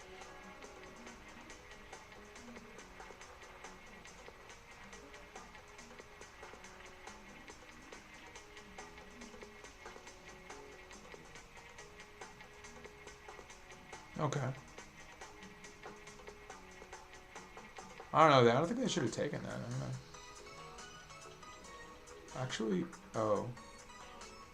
Come here.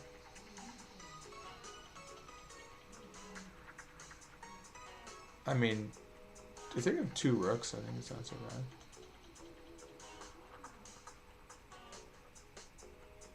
So we're not great on pawns, but actually position has improved. Sort of.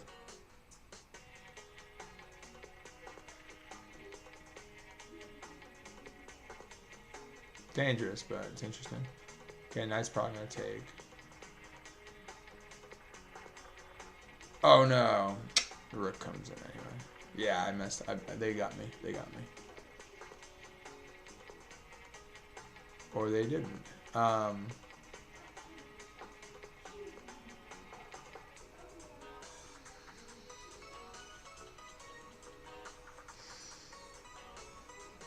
Yeah, but the position is just very strong to them no matter what happens.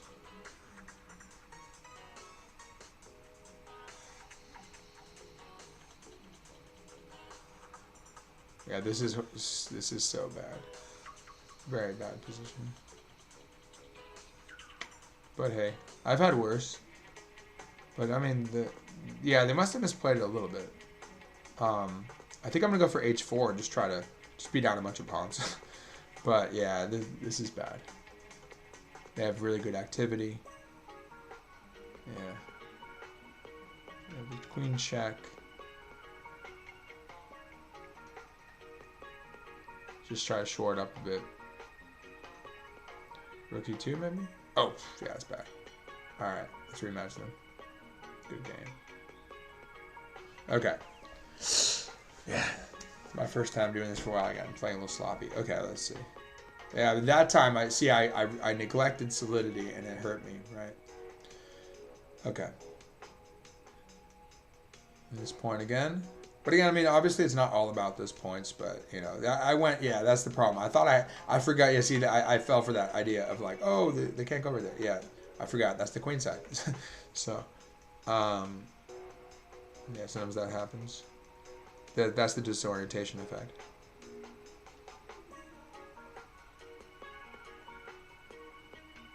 Let's do this. Let's stick the knight behind it. So it feels kind of like a bird. Or now they're attacking like, I'm going to attack your weak point. No, it's not really weak. I'm not sure I understand that move. Unless they meant to go somewhere else. I feel like they're going to attack this. But then you just go here. So this is my king side, right? I mean, you could castle queen side, but I think I might play it like this, something. And just something like that where you try to actually castle king side, although you don't need to. How about g5 to g4 now? Again, these are crude moves. Let's keep it solid. Because if we're going to castle that way, we want solidity there. Oh, okay, that's a pretty good move. Yeah, we'll just trade it. But I mean, if they take it actually, and then the queen has a tempo there. Where are they going? I think we can do like knight a4, because then if they take, and you hit b2. Okay, they're just castling. Interesting. How about knight d4? That's interesting. No, then they take this. Not that interesting. d5, not interesting either. Knight a4 takes. Knight a4 is possible, maybe. h5, h4 is a crude idea. See, I'm settling on, like, I'm calibrating here. Should I be solid or not, you know? f5, again, f5 is kind of something I had in mind anyway.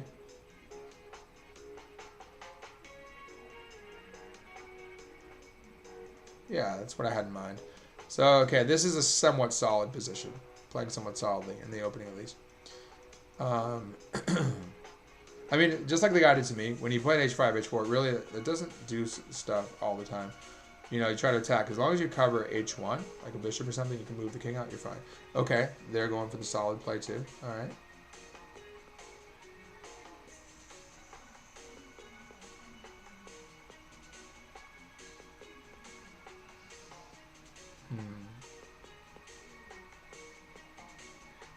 How annoying is knight a4, actually?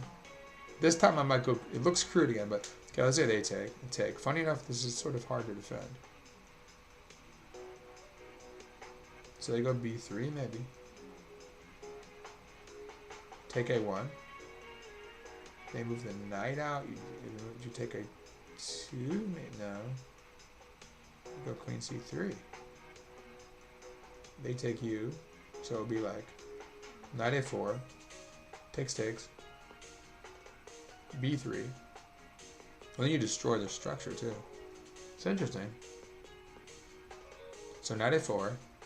If they move, you take. If they don't do anything, you take. So it's kind of sort of forced. Takes. If they go b3, you take. If they go c3, you take b2. Oh wait, does that work? It's interesting. You hit d3. I mean, it's kind of crude, but it's going sort of pawn grabbing. Like, is it a poisoned pawn or not? But it's interestingly, again, that's their weak point. So the bishop is trying to deal with it. A lot of times, though, you want to have this tension, and you just have stuff like that where the knight randomly comes to a4 anyway. And you put some pressure on the diagonal. And I'm not going to... You know what my mistake earlier was? Earlier I was like, oh, I like this position. Never... I knew that I shouldn't do that. It's fun to say, but you shouldn't assess too early like that. Well, like I said, it could mean being too confident or arrogant. So psychologically, it's not good. I've had that situation before where I'm winning. I'm like, oh, I feel comfortable here. Okay, you start feeling comfortable. Boom, they hit you back, right? Don't get comfortable until you win. Yeah, so you can see I thought about this. I'm like, wait, that's actually a conundrum. See, now, okay, now I'm feeling a little better though. I am feeling better about playing, but I'm not feeling better about winning yet. But I'm feeling like I'm getting warmed up now. Okay, knight takes b2. It's a pawn, and you do threaten this pawn, sort of. Yeah, you want to go here, here, come back, or play c4 or something. So what does he do? What do they do? I mean, you take. How do they defend that? It's so weird, actually. Wow, that's interesting. And then you might have, yeah, you know what? You go here, and you just push or something. That's really, it's a bizarre situation where it's like their pawns just are in huge trouble all of a sudden. Just trying to pick off all their pawns with one knight. And they can't defend it really. Because they can't go rook d1. So they go d4. Like I said, maybe now I'm considering, well, the knight's not under attack yet, so you can kind of do what you want. But I think I like knight d3, and even that knight's hard to get to. And then you just play like c4. Then it gives up central tension. But I gotta obviously finish development. That'll happen easily enough. Just move the bishop. That's the drawback though. If you keep in mind, obviously the drawback here is you gotta watch out for b7. The drawback of taking this is you gotta watch out for d7. Okay, they're doing what we thought. Okay. Taking it is possible. Not taking it. Oh, they want to push. They want to push. Okay. It's an important moment here. Take. They want to push to d5. That's actually that's where their counterplay was. They're gonna have counterplay for sure. But I mean, come on, you can't resist knight d3. You just can't resist that. Rook over c4. They push. Knight. Oh, then you go knight 5 possibly. I just can't resist that. Makes too much sense. Because it's hard to remove that actually. You have to spend a few moves to, like maybe at least 2. The knight's got to come out of the corner and deal with it. Okay, now there's pretty much nothing else. The only thing to think about is, and you can also anchor that more. The only thing about is, of course, this move. I don't know. I mean, this might just be strong to support. Well, of course, then you have to reckon with f4, which weakens e3. Worst comes to worst, you just tuck it. Tuck it on f7 or something. The thing I thought about was like moving to d6 or something. Okay. Oh, right. Of course. Yeah, they have that. Did I underestimate this? No. Bishop f7. I think bishop f7 because they have d5. You have knight e5 again. I guess it's a little sketchy. I might have to give the pawn back worst comes to worst, but I'll finish my development. I think they have to give up the light squared bishop though. So I'm looking at now. Now I got to calculate. So here, bishop f7, push. I mean, you have knight e5 even. No. You support this one. Now if they want to go for something, they have to do this, which is weakening. Come here maybe. And if they want to take, I don't know. I mean, that's getting rid of their strong bishop. I think that's the way to go. Because nothing much else actually. You want around here? No, they have rook b1. Okay, that's about it. Now I would anticipate d5. So now getting in the rhythm of calculating, looking at your opponent's best options, ideally. But the point is that they can't take because of this, and bishop takes covers the knight. Okay, they're simply developing. That's fine. So we have time to do that long quote, long castling. You know what? Do you want to play d5 then? d5. The thing is, are you worried about this move? Oh, previously I didn't think about that. We had that. Now it's not as strong, maybe. 95. Gets that castle, d5, 95, f4, knight g4. I don't know about that. d5. If you play, I don't want to have to, honestly, I don't want to have to play d5. That makes my bishop horrendous. So positionally, you just don't want that kind of thing if you can avoid it, right? I'm going to roll with the punches. We are up a pawn, though. When you're up a pawn, like obviously it gives you a little more leeway. And we have the 5-second increment, which is great. So we'll ride that increment under 5 seconds if we need to, or maybe intentionally just for fun. But no, I mean, we'll see.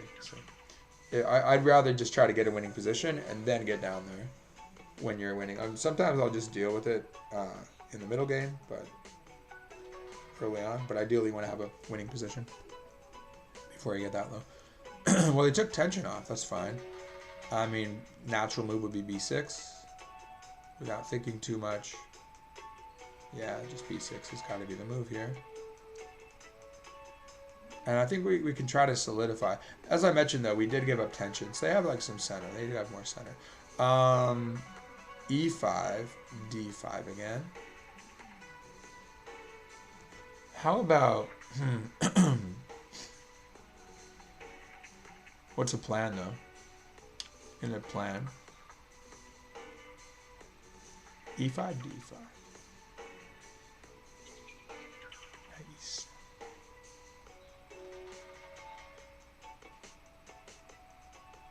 I think it's okay.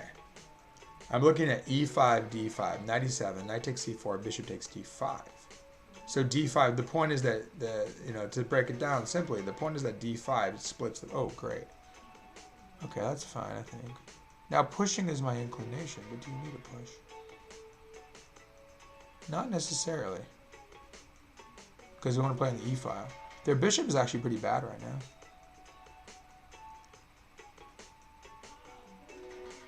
I mean, temporarily at least we have the e file.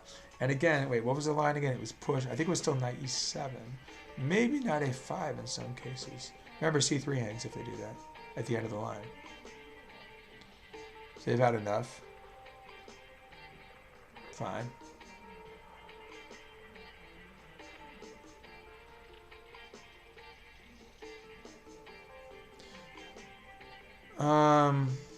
I want to play bishop d5. Maybe queen d6, bishop d5 is the way to go. Not d. Don't play d5. Just don't do it. They have a weakness here. Oh, wait. Here's an idea. Knight. Oh, that's a plan. I should have done that. Okay, fine. This is okay. But knight. I should have done it before. Okay, I didn't see it yet. But I like this a lot, though. So we're going to... This knight is bad, fundamentally, right? Okay, good. We have time to do it. Oh, they have bishop back. You challenge the bishop. No, it's probably... They have rook takes e7 then. Okay, that doesn't do much, does it? Okay, the point is that you have to go back. And then, so that's the point though. They have the weakness, we really don't. And now we're going to get to go. See, I played queen f6. It's interesting how inaccurate that was. But whatever, we'll deal with it. Knight d5. Knight takes c4 concept. Alright, let's come first with the bishop then. They're probably going to bishop g2. But the thing is, I think it's fine. Oh, then we trade. I don't want to play d. I want knight d5. I really want knight d5. Did I miss my chance? Oh, okay. Here we go. Bishop g2, queen f7. Running. Okay, that's great. Yeah, that's great. Okay, now I have what I want because now I get this favorably in. Okay, that's exactly what I want. So we're going for our lock. Going for the lock on the light squares. Ah, so annoying. Maybe it didn't. See, I need that. Queen f6 was a bad move. That was just a bad move. Because I could have had that square for other things. But I don't know. I mean, I think this is still fine.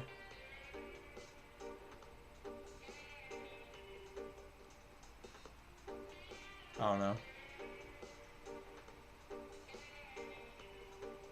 Maybe if it was a pass pawn. I was thinking about trading it first.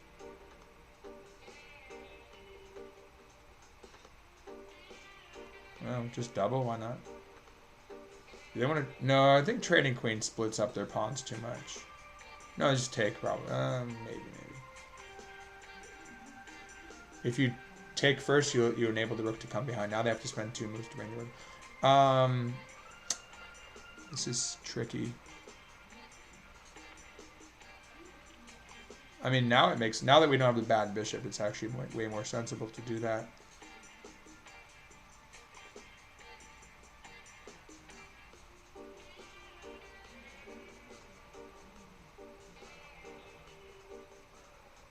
Keep it tight.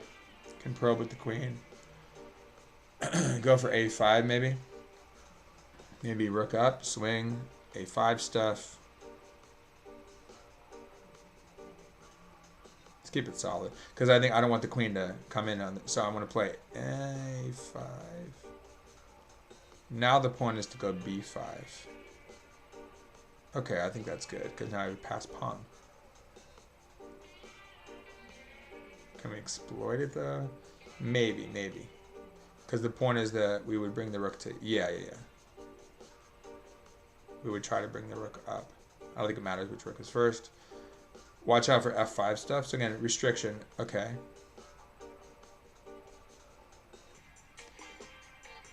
Oh, maybe I should have pushed and not allowed the blockade. Well, this is fine. I mean, there wasn't much here, but I'm trying to squeeze something out of this. Do I want the pawn push? I think so. I don't think I want to...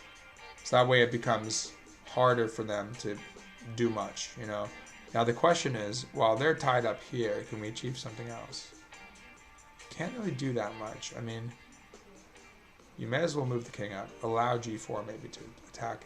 Yes. I'm not sure how good it is, but... I mean, you could toss in this move, why not? I think we keep them busy somehow.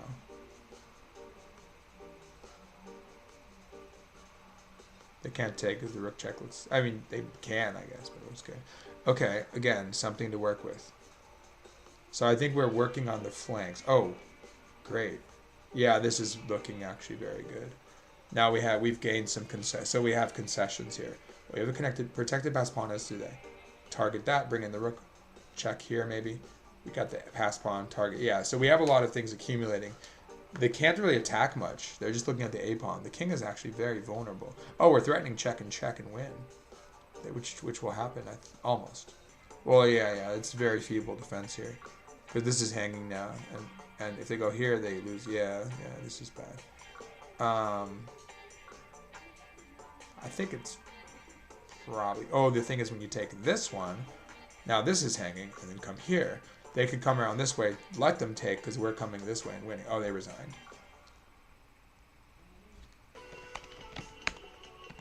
That's a very close, interesting one. Yeah, that was a really close game. I mean, I'm sure they were fine. I'm sure they were fine. But really, what did this game hinge on? It hinged on this stuff right here, you know? I mean, I'm telling you, I didn't... Well, here's the thing. I was trying to orchestrate this. Then I saw, I'm like, yes, knight. I'm like, knight e7, knight e7, of course. And I just didn't, you know, I was thinking, you know, I was just kind of... Well, at first, you know, I was adjusting to the new position. I had a feeling this was good. Because I'm like, if they take, I take. That looks nice. I want to anchor... Obviously, I'm up a pawn. I'm anchoring my knight. So I'm sure this was very good out of the opening. And then we're going for... And look, another advantage is counterpart squares. We have e4, so we can work that square. Maybe, I mean, obviously, I'd love to do this. Double on it. They don't have e5. Because, I mean, fundamentally, yeah, the knights are there, but fundamentally, we always have d6, which happened. We have this pawn here. Kind of like the other game where the pawn moved to f4 and anchored. This is a weakness on c3, as we saw. Maybe we could create a majority, roll on majority, or 3 against 2. That's by virtue of our extra pawn. I almost looked at some sack. I was looking at some sack ideas later. That may have worked. I don't know. Probably not. But really the key is you want to work those, hit those squares, really get a grip on the light squares. But when you do that, this will be very strong. So I'm pretty sure right now I have to go knight e7. And I think that's kind of winning. Well, maybe right away, actually.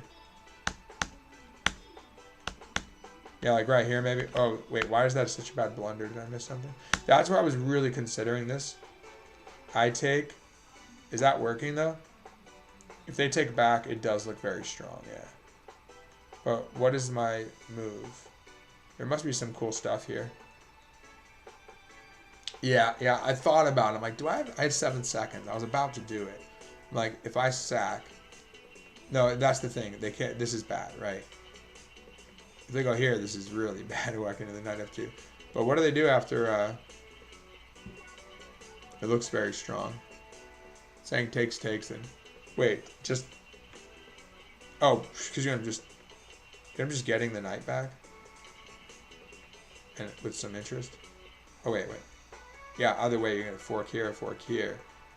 And it's solid enough. It's like queen e2. There's nothing for them to do. You know, you have to worry about this. Is nothing. Probably push the pawn. Oh, wait. Just trade queens. Yeah, that's winning, though. So they don't have that. And this is coming. So, this is interesting. Now, wait. So this was the line where they take on d3 first. No, rather, this is the one. But if they take on... We don't look at this. Oh, because you have the intermet. Ah, there's the intermet. That's why it's so good. Because I was like, I think I like this a lot. You'd have to work it out with some more calculation. It's kind of hard to play this with it. I think you could play it sort of intuitively. What did I do? I was basically thinking like, hey, I'm still good, and the computer agrees, like plus minus 2 around. And then it likes queen f8. Does it like this? It likes queen f8. I don't know. But I don't know. I really like knight e7. That's, as a human, I like this move. But, oh, maybe the reason it's not good is because it allows this, though. Is that bad? Sort of. I don't know if it matters that much, but let's say maybe there's just knight d5 anyway. And I don't know if they want to go about winning this pawn. You take c3, and that's the problem. You know, this is weak and this is weak. I mean, this is a little pawn chain that's been broken up by taking there on b2. So you get c3, you get d4, that would be great. So this is a really interesting position strategically. But I think, yeah, e5 has to be correct. So b6, simple. e5, you want to play maybe even e4 to anchor that guy. I'm just a little concerned about my bad bishop. I mean, hey, maybe in the future you have to always think, how does my bad bishop come to life? Probably, actually, that's not too bad. Do some stuff on the king side. That's a beautiful knight on d3, though. That's why I was like, okay, I'm happy with this. So what does it want? Does it want the push? It does want the push. So it's kind of just, you know, deal with the bad bishop and have a dominant position sort of thing. But again, like, even though I didn't play it correctly, it was the best way. It was not that bad.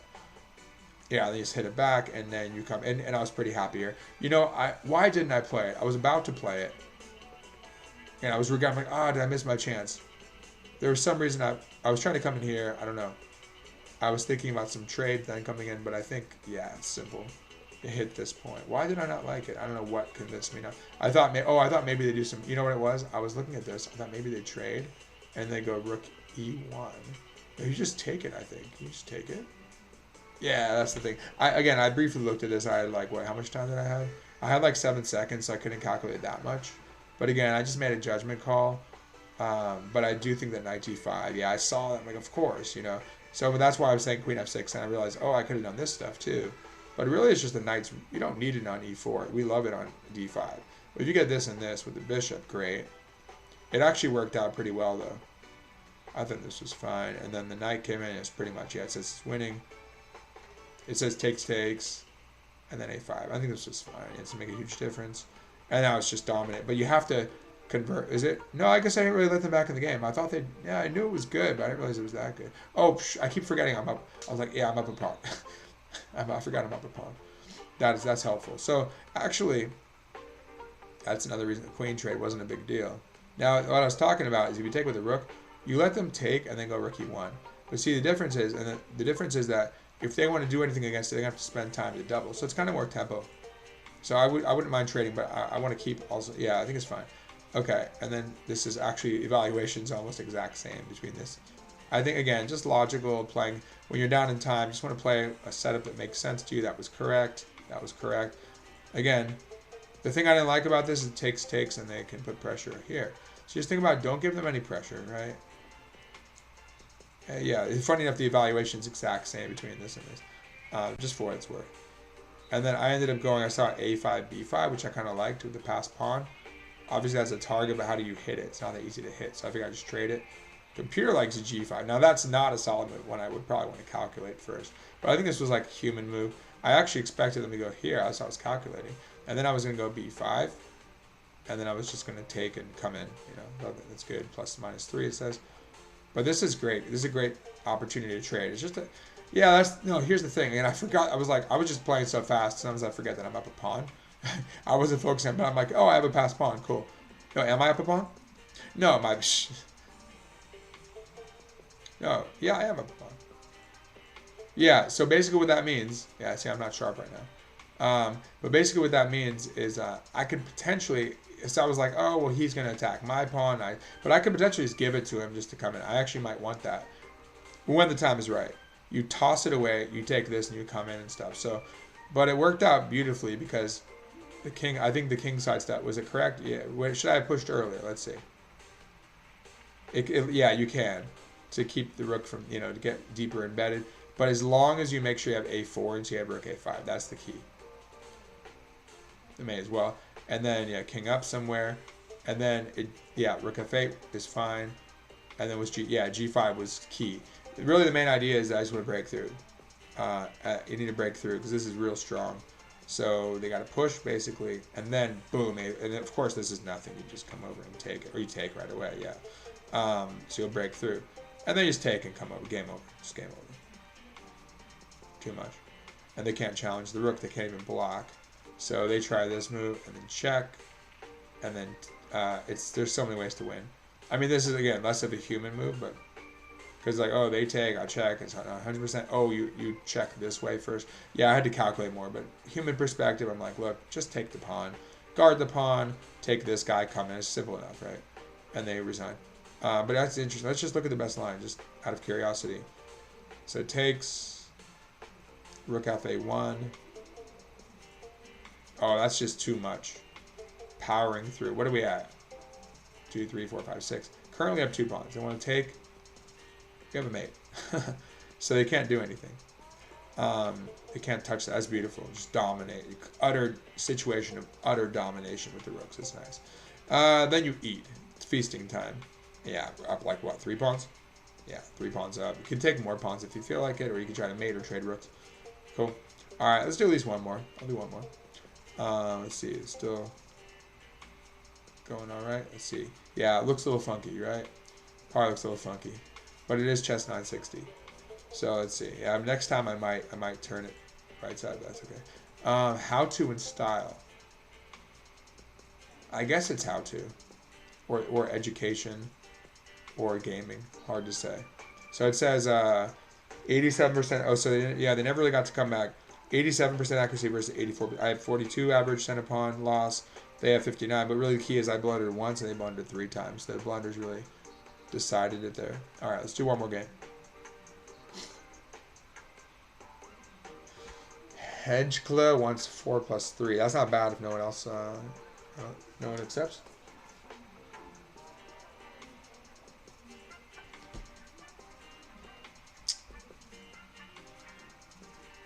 King of the Hill is always fun. I like that. Because sometimes, you know, a lot of people, they try to just play it normally. It's like, oh, I'm just going to try to, you know, not walk my king out. Of course you should if you can. You shouldn't keep your king back too long. Okay.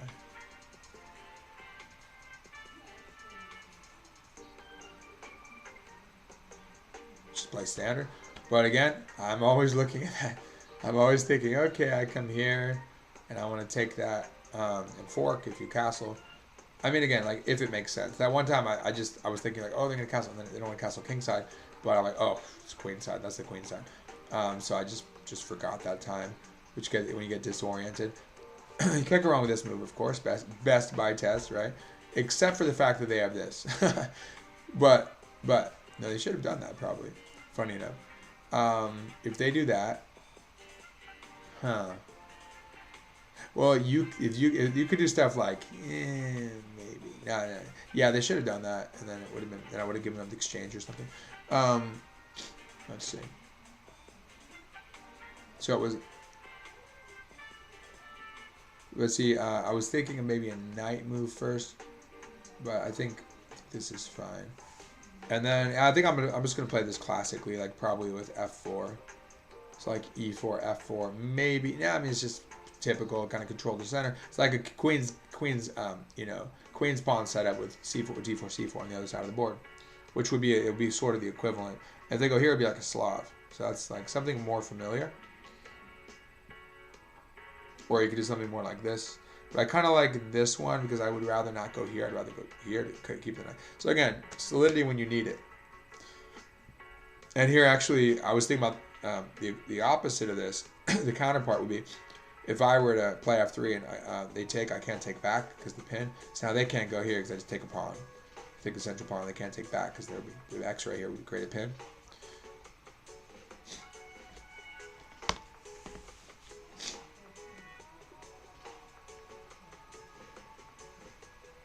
So yeah, so far so good. They should probably, I don't know, if they go here, that's possible. Then they weaken e6. So remember, any pawns move 2 apart from each other create weaknesses. So I'm going to try and give it my best this game, play a solid game, and then I'll call it quits. Unless it goes horrendously, I need to try to vindicate myself. But yeah, which has happened a few times. Although, yeah, I messed up those 3+2s, but then I got 2 in a row, so it was okay. But like, especially the first, which one was the one? I think it was the second one, was just a piece up. That was bad. I'll let him get away. But then I got him pretty good, I think. Pretty well, the next 2. Those were good games, though. Now I'm thinking about trying to play c4, c5 and fork them. So again, I like crude. I mean, hey, if it doesn't matter if it's crude if it works. So like, let's say you toss this in, which I kind of want anyway. Yeah, that's the thing. I'll probably do it anyway. They still can't go here because I'll take on e4. So we can go like d3, c4. That's actually the interesting thing about it, though, is that it's very hard to stop c5. So it's possible. Or you could just play conservative and be like, I'm just going to castle kingside. And go like bishop f3 or something like that. I think this is a flexible move, actually. And it's kind of like seeing what they do, the setup. Bishop probably goes to f3 or g4. Remember, this point could target, but that's actually another reason that I like this stuff. And we shut down the bishop. I mean, you can play like a Botvinnik sort of.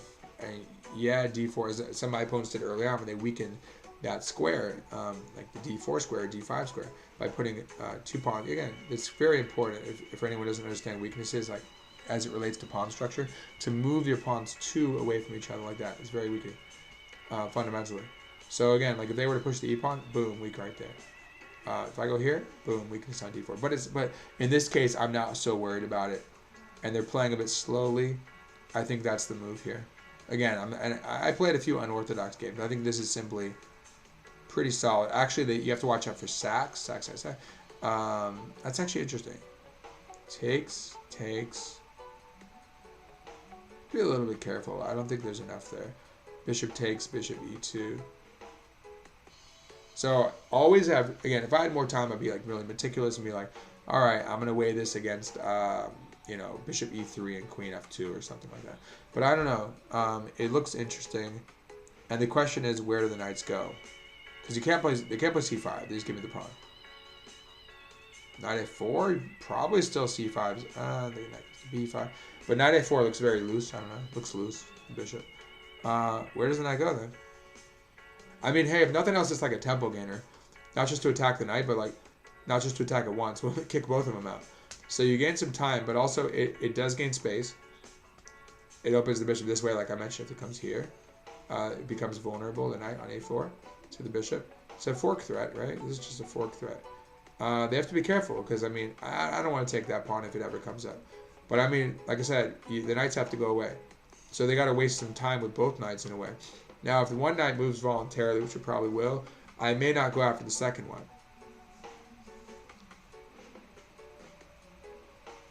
And remember, like I said, weak squares, that never goes away, like out of the opening at least. That's always there. That would be the equivalent of, like, I don't know, like a c2 pawn, you know, it's underguarded. That's about it here. And that, so it's not that relevant, I think. But they should have done they probably should have done f5, I think. Like I said, e4 best by test, unless you're playing chess 960, Fischer random chess, in which case Fischer would, you know, maybe change his position on that. But of course he understands that because it's chess 960. So he can have it both ways. Is a mating idea. You got to look out for everything, you know, but it's not, I'm not going for that. There's nothing, that's not imminent. If I had a knight like here, and I would of course consider it here, push a knight d5.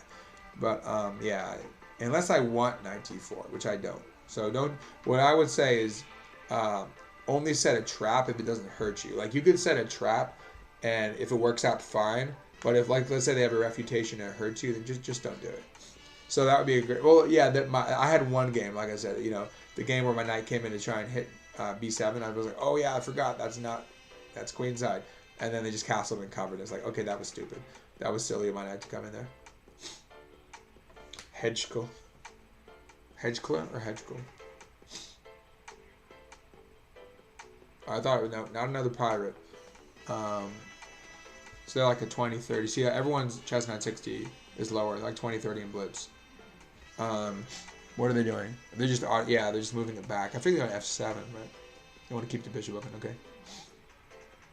Yeah, so like doing it now, for example, if you don't, the opportunity cost is if you don't do it now, they can go to d6. And then they can tuck the knight this way, I suppose. Guess they can do that. That's a move. Doesn't do much. The idea would be that if you go here, they don't have f5 so easily. I do want to put pressure here, though. Well, I mean, It's two ways. You either bring in. I think you might go with c5 because the thing about c5. Okay, does this work? I doubt it. Then knight d4.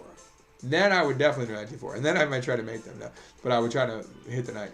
I think. Yeah, I'm not going to get into extreme time pressure, but I think I probably will. But I think c5. It's just good. It's just pretty good. It opens up the bishop, but like I said, this is about displacing their pieces. And the thing is that I don't want to do it as much after d6 because they just move the knight. And now they're like have an unpleasant choice. I mean, you really want to go back in the corner? They probably have to. And then it feels like the Karpov game. There's a Karpov game, Kasparov, where he pushes all his pieces back. So that's always fun. Now what? Just develop, basically. Nothing. There's not like a kill or something here. You just want to develop well. Well, you want to restrain them from coming out, which they are. You want to make sure you keep the pawn there, and just choose where to castle, really. And yeah, like I said, if you just develop well here, huh? What about bishop g4?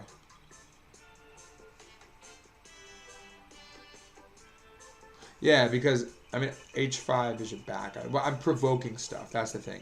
Because the main thing is I'm ahead in development, so I'm sort of provoking like f5. And if I really wanted to, I can go bishop here right away. I'm probably going to toss that in at some point. If they go h5, I go here. g5, I just take. Oh, they go for that. Okay. So bishop here. You can win the exchange in that case. Should I just take an exchange? No, it's not an exchange straight up. But I think no, it's not, because the bishop takes here. But now I'll toss it in. I mean, you know, it's just useful to have the bishop here. So it's more about pressure and opening lines. Because like I don't see anything. Again, I don't see anything immediate. Oh, what might happen is they might have to just block and give me the. See, that's the thing. It immediately might pay off. And then I'm sure the computer will be like, oh, you're winning, but obviously it's gonna take work. But if they give me that, it's just a free pawn, and then everything kind of opens up, and we have 3 pieces out. So it's the kind of thing where you might give away a pawn or two just to get this sort of development in the center. So yeah, it's ideal out of the opening, but what did it come out of it? It really came out of this c4, c5. So it turned out to be correct, I think. At least it worked in this game. But yeah, this is good. So what do they do? Knight f6. You can consider e5 even. That's interesting. e5, knight moves, e6. I think it's good enough. I think you just take the pawn. If they give the rook, take the rook. Oh, they might. Oh, they have. Yeah, right. Yeah, they're just giving the exchange, it looks like. Because the bishop takes a2, you have rook a1. Yeah, that's going to happen. And it's exchanged for what, a pawn or something?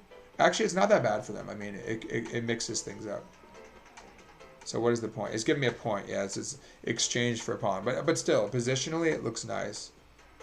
If you take it, no, I don't want to take it. I need to develop now.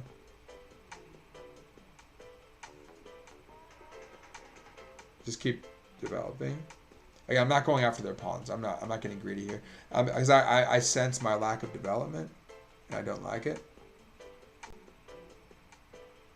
So that's the plan. Just finish development, castle, and then use the rooks. So I'm gonna finish on a non-materialistic note, and hope that it wins. But actually, what about this point? Well, that's a target. And yeah, this is good. Like, this is what I wanted. Just finish development. So actually, this would enhance the idea of coming in. So solidify everything. And it guaranteed at least you have knight c4.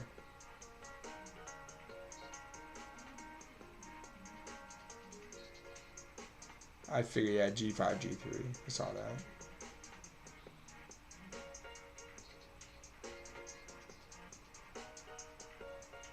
And then, yeah, the knight d6 is always appealing.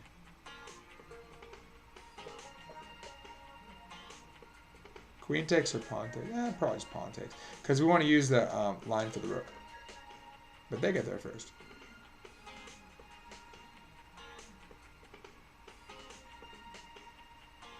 Let's just challenge it. You got to keep an eye out for this one.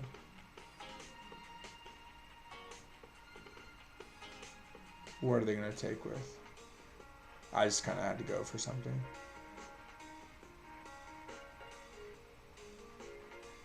Not that way because the queen opens. They have compensation.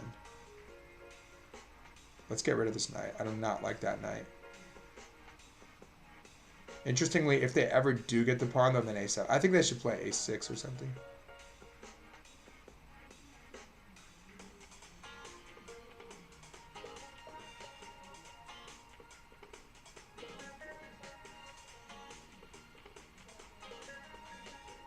Again, like I mentioned, if they take d4, then I take a7, which they're going to do, I guess. Oh, maybe they defend it. Now they... okay.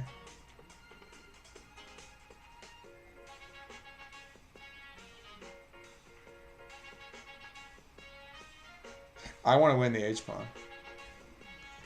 I think that's the winning strategy here. The bishop, if the knights start coming in though, the bishop will take one of them. Really, it's a precarious sort of position.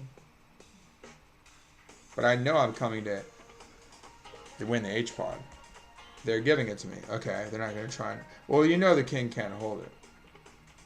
Oh, why don't we like threaten mate? Yeah. Is that a mate threat? Wait, is that just losing? Sort of losing. Because now... Oh, they didn't do that. To their credit. Because I wanted to go... If they went back, I would have gone here. Okay, they're getting that one. So let's corral this guy for now. Let's see here. They're going to come after this one. I mean, we're going to have to deal with some dangerous knights here.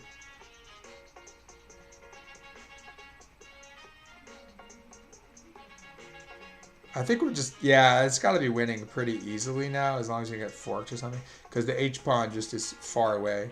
It's kind of like the game, I think the first one with the c-pawn. You just can't stop it, really. And I saw that. I'm like, you know what? I have king g5 now.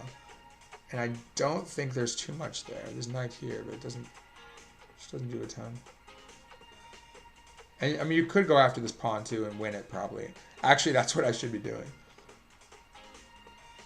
Because that's it's most... I mean, then you have two winning passed pawns, basically. Yeah. They guard it. But the beautiful thing here is that if they come with the other knight, it doesn't go anywhere because it's sort of corralled by the bishop. So we have this situation coming up a lot. And that's over. Because the knight... You can't do anything. I mean... The knights would have been... They could have been real good. They could have been really good. We could have been good together, so the knights... But, unfortunately, they got restrained. So I feel like the end games went pretty well. There were a few complications coming out. Well, you know, just messy situations and that occur in Blitz games. But they were some fun games, for sure. So I'll try to pick this up. I mean, I mostly have time because most of my days are just congested with teaching. So that's why I just didn't really stream during the pandemic because I gotta make it work and teach, you know. I guess you can call streaming teaching for what it's worth, right? But yeah, they resigned. King d2, good game. But yeah, it just wasn't too much time. So whenever I do have time, I'll just try to stream like once every month or something. Maybe once every week or more if I have time, but probably be once a month. But okay, this player, they were a little lower rated, but I mean the first guy I think was a 1700, and they were really good.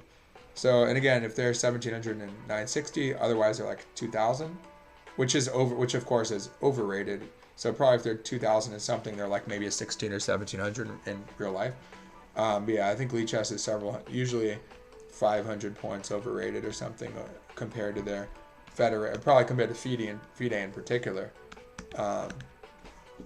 But like U.S. Chess Federation, probably at least 200 to 400 points at least, I'd say, from what I've seen. Especially in Blitz games. I mean, you'll have like on chess.com, you'll have like 2900s that are NMs or something, or FMs, or like at least 2700s. So they're like, you know, they're Blitz, but they're just good at tactics, so they can handle it. You know, they might get a, you know, not a great. They wouldn't do well positionally against most masters, like a solid FM or something, like an NM, let's say. But they can crush them in Blitz because they just see tactics quickly. So it's kind of a measure of like ping pong. It's more like ping pong chess. So this one, the trajectory was pretty good. It just went up. 87% accuracy for them, 91 for me, 26% upon loss. 2 mistakes, 0 blunders. They had 0 blunders. They had 0 blunders as well. 3 mistakes. So they did pretty well. Let's give them 26% upon loss versus 41 for what it's worth. Let's see if there are any critical things that happened. So with C4, it likes C4. Yeah, why not? It just makes sense because you chased it. And pretty much it just went well from there. And then they... No, but you know, I'm thinking when they won the exchange, when I won the exchange rather, I think it wasn't that great. Yeah, it was like a point up, but they had compensated. But I think it was the right thing to do. I think it was the right thing to do, was it? To take it? Yeah, once they, but you don't have to go bishop d4, you just develop. But because it's just such a good lead in development. But yeah, so it's kind of like my lead in development dissipates a little bit. So I convert that into material, which I don't really want. As you saw, like I didn't want to take that material, but so when they offered it, I'm like, nope, I'm not messing with that. Give them knight b5, lose time. Now they weaken d6, which I was eyeing earlier. Now you have e5 as well. I saw this queen invasions. That's why I went knight c2. I didn't want queen d4. You have to do something weird like queen g1 or something if they otherwise. Okay, just castle. It really why don't you like castling? Oh, it just really likes e5. But really, is that precluded by castling? You can probably do it anyway. I mean, now it's tempo. Yeah, now I get it. Now it begs me to play e5, and then d4. Feels like the other game a little bit. It's just more. This one's more of a squeeze. Yeah, I used to play as like early on when I was learning in like 8th grade and stuff. When I was playing a lot, I loved to play like pawn c5 and the queen's gambit, like bishop f4, pawn c5, and then you end up pushing all your pawns and like creating that bind on the dark squares and stuff. Yeah, okay, I shouldn't have checked anytime soon. So, g3 is correct. G takes is correct. Because the thing is, yeah, my king's a little open, but it doesn't matter. It's like in French structures, you can often just, you know, you can let your king open, just play king h1. It's like how black could castle queenside and still in the French play like c4 and b5, b4 sometimes. Because that's their strength, you know. This is my strength over here. Although I was a little worried about the knights, of course. Because, you know, you don't want to lose. It's kind of like that would be more like in Benoni, where the white c4 pawn is fixed in place. In this case, it's my f4 pawn. But that's a target now. So I'm like, yeah, I'm at the exchange. I'm trying to use that on the A and the G file. Half open A. So I'm using my half open and my fully open files. But the knight's cutting off, stopping my rook from doing anything on A2. Although once I trade rooks, I can try to, once I trade rooks, I can try to just take the file with the other ones. This was good. It likes that. I'm going to take it. Oh, I had d5? Wow, we'll look at that in a second, but yeah, it could just come back. Now, same about 4 or 4.2. So it doesn't really. What I'm interested in with the computer is where it swings. In other words, where moments of criticality. And that's one of the ways you can check if people are cheating. Is the moments of criticality. Are they getting the right moves a lot in critical positions, or they don't care if it's not critical because they'll make it look like they're not cheating.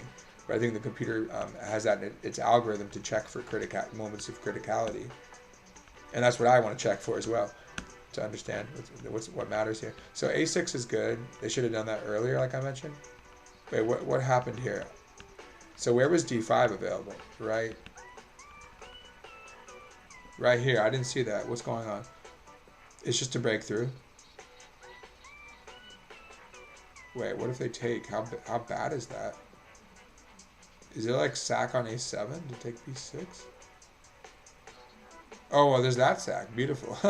There's that sack first. That's the move order. So you get that one.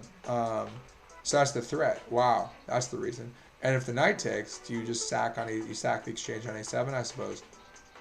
Yeah, that's crushing. You know, it's like earlier where I was trying to come in this way, or later. Yeah, that's beautiful. What was the only other move? Same thing. Just take a7, or take b6 rather. I mean, this is probably not terrible, but it's unnecessary maybe to do it this way, but it gets the job done. Wait, do you just swing around and still win? You just bring the rook in instead. I wonder, I mean, I was thinking this at first. I'm like, that still mates.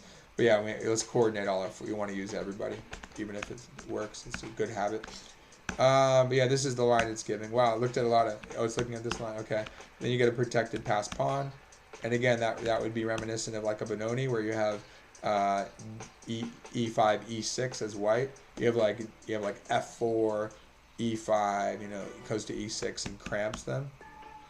Anyway, it's computer sees, which is obviously, there's a good use of the extra exchange. So we got 3, Queen G8, takes.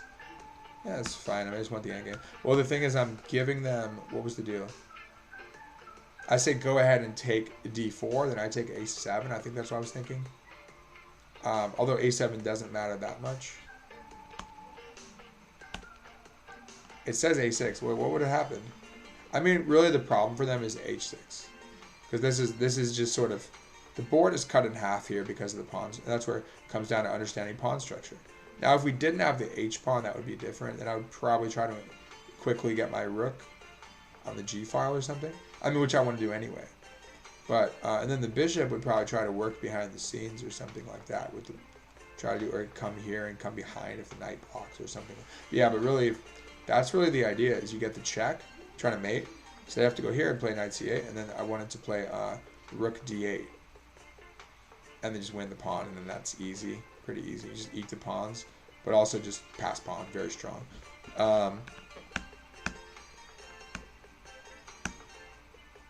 I'm liking this. This is pretty cool music. I was trying to do royalty free. Hopefully, it's not gonna like take be like, oh, this video is used. No, I think that's only for monetization or something, which I can't do because I don't stream that much. It doesn't have like ability to do that. So rook G2, B8, G8. Yeah, this was correct. Huh? Just straightforward. Wait, did it like King? It liked King H3? Yeah, this was correct. Oh, you could have gone. Yeah, I thought about that. I think that it doesn't matter. Yeah, it likes rook G2. It likes King H4. It's interchangeable. Whatever. I'm just low on time. I figured 6 seconds, just make some natural moves, and just don't lose in some ridiculous way. Just stay solid enough and don't blunder. It's just a winning position. Yeah, if you just guard it and then play H4, simple stuff. No reason to do anything too crazy. And I figured, hey, if you give me, I'm like, I can push, but if you give me D7, that's imminent. Just have to really get tied down. So that's where they went. They went here to defend, and then then they're tied up enough. They don't have time to make any real counter. I mean, if they had knights nearby, they can try to have some serious prospects of like forks, or maybe sack one knight for the pawn and eat some. No, I mean, they're already down in exchange. They'd be down a whole rook then. Trying to eat these pawns and create some hope here. Maybe they take this pawn somehow. But the thing is that bishop kind of did a good job defensively. I had some ideas, but they're all on light squares. So like I said, unless that bishop is coming around, it's not going to achieve that much. So it just goes to, it's like, hey, I'm just going to sit there mainly to just, it's sort of like central. Usually corralling is reversed, actually. The bishop would be here, and then the knight would be on D1. And you would take away all the squares and try to either win the knight or completely just kill its activity so it can't do anything, and then you can use the bishop later or win it or something later. But the point is here is just, it can't, it's sort of corralled because it can move away, but the problem is basically if you waste a move, it's just losing. Yeah, it's just lost because they just have no way of coming to, it's just nice and clean. Nice and clean finish, don't have to think at that point. Get the setup you want, and they resign. What's the foul? I was probably going to do, I almost thought about this, but I'm like, yeah, let's just do check. Because if they want to go down, they're going to get mated. Yeah, I think I was going to do that. And then just like, what, move the king? Oh, can't you just do something nice like king f6? Oh, they have a check. Never mind. What about the other way? And it's like a forced mate at 9. That just seems logical to enter with the rook. It was saying what? What was it saying it should do? Just fastest win. If they take, I mean, they shouldn't take, of course. Then you just chase them down. But if they do take, I mean, they're going to get mated soon. Yeah, king h6 is actually the fastest win. And then if they do take, what fastest win is? Knight c4. I mean, okay, so like a somewhat human move. I mean, there's nothing to do. If they move the knight, you can get a new queen, but yeah, You could just reroute the rook. So yeah, I guess it was a good finish. They put up a good fight, and let me double check because I'm pretty sure they had F5. Yeah, I was like, no, not best. This is the best by test does not apply here. So anyway, so what was the final rating? I was like, when I was playing in that Chess 960 World Championship qualifiers, I did pretty well. I think I beat like, was it a GM and an IM or something? And so I gained like went up to like 2060. So basically, it's all about who you're playing. So you're playing like 2200s, like a GM was like 2200 or something, and then you gain some points. Okay, I'll try to keep it above 2000, but hopefully I want to climb back up again towards 2200. But yeah, anyway, just like more of self, kind of competing against yourself in that sense with a benchmark. But that was fun, really interesting games, and that one player, where was it? That one player gave a pretty hard time. Kabosi, I was gonna follow them. Let's see. So that one was the one where the rooks came in, and then we got the. Oh, that was awful. That was Kabosi actually. They got me there. Oh, they gained 68 points. Okay, good for them. They deserved it. And then the Uzbek. That's a terrible name. Oh, they just like, yeah, troll. Under the sea level. That was interesting. And again, it was winning at the end completely. But yeah, you got it. That was about defense. And then, oh wait, was that the one? Yeah, that was the one that they beat. Okay, the first two times. And then we had that mate. So basically, like I said, this was interesting because I was really worried about this, but I was like, you know what? It's kind of like with this one. You let them, you can beat pretty strong players. Like this person, let's say they're an expert. And they could beat a lot of 18 and 1900s and so forth with these sorts of attacks. But you want to try to outplay them by allowing them to attack you. That's the notion of it. Kind of one of the notions of sort of the thesis of a queenside attack. I've seen some great games like Close Sicilian Dragons, say crazy games. One recently, who was that by? A couple of them by, what's his name? Gelfand. And just crazy positions where they let white attack them. They go all out on the queen side. It's like, hey, you're putting all your eggs in one basket. If the king side attack doesn't work, you win on the queen side of the endgame or center, or you counter attack them on the king side when they expose themselves. As we saw here, they kind of open themselves up like the F file. And the king is that's why you have bishop takes c6 there in that one line. This one was pretty fun, but yeah, we had to defend a bit to stop stuff, and then that was just nice and neat. Knight came into d4, rook came in, the queen started hovering in there. Funny enough, the rook's hanging there. I'm pretty sure they missed a queen move at one point to come in that way. I would have defend.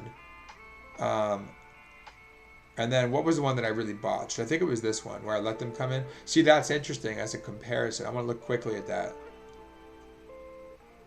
And this one, the first one I think I was fine. Oh no, it was bad, and then I was fine. No, but the second one I was winning. I think I botched that. Where that was cool. I didn't see it coming. I think neither one of us saw it coming. Like boom, now I'm threatening mate on f7. So basically, I don't know why they took the knight, honestly. So we stacked them. Okay, I'm real curious. I'm just real curious. I want to check before finishing. I want to check the analysis here. So it spiked a lot. Okay, they have black. So it says that it was equal about. And then I was completely winning. And then they could have won. It spikes down. And then this nadir down here spikes. Then it goes up. Then there's another huge drop and they're winning. So they were winning at the end. Oh, that's why I allowed them to slip away. But right before that, it was like spiking. I was at +3. Now if it spikes, it means I didn't make the move. But even before that, I was like +2, +4. Wait, what was going on here? That's the moment. No, they were better. Okay, hold on. This is really complicated. So in the opening, okay, it wants e4 first. Okay, whatever. So it still looks pretty good. So b5. Now I decided to ignore it. Yeah, computer's like, just take it and go about your business. Let's see. I don't even know why I didn't take. No, I think I gambited it to play that, to run, to make them waste time. It was interesting. Let's say the queen takes. What does it want? Just a comfortable game. Nice center. Good development. So no need to risk there. What if the pawn had taken? Same deal. Castles. It likes this bishop b3 stuff. Oh, it likes f4. It's looking at f4. It approves. Hey, if it approves, I'm going f4. And like I said, if they go f5, I'm ready for that. Just win it. So I want f5. Okay, what do they do? Knight b6, f5. But this is the human move because it's attacking. It's a big attack, you know. Okay, cool. Does this work? If it works, let's do it. I think you're gonna break through the dark squares. So sack, right? Bishop h6 slash knight h5. The king is pretty bad there. Well, no, they're not gonna play f5. Just take. Or you threaten mate. No, it's not mate. Sort of, yeah, it is mate threat. Here to here if the knight blocks. So what do? Queen c1. Knight back first. Can you just it's like just take the exchange back, and you probably take the f pawn, and white's just crashing through, not even material deficit. So yeah, you didn't have to do it. You don't have to do it, but still, it was interesting. And then yeah, they can easily go wrong. They have to play e5 to smash that. And then it wants me to go bishop. No, it wanted that or a4. And then then they have to find knight c7, I guess. Wait, real quick. This is the refutation apparently, which is not that obvious. Knight's good there. You can take it. I mean, I'm sure a lot of people would try to take just to get, but it seems like greedy just to get your pawn back. Like, what are you doing positionally? Yeah, I don't like it that much. The bishop's very strong. So, yeah, that would be good if they played like a computer for them. And then, yeah, I don't know. So they didn't do that. It really hates that move, assuming my opponent just takes the pawn, which I expected. I was kind of trying to like get f6 in, but just wasn't want. Like, yeah, that's a nice little move. I didn't think about that. Just start getting toward the dark squares. Then it might strengthen any kind of breakthrough.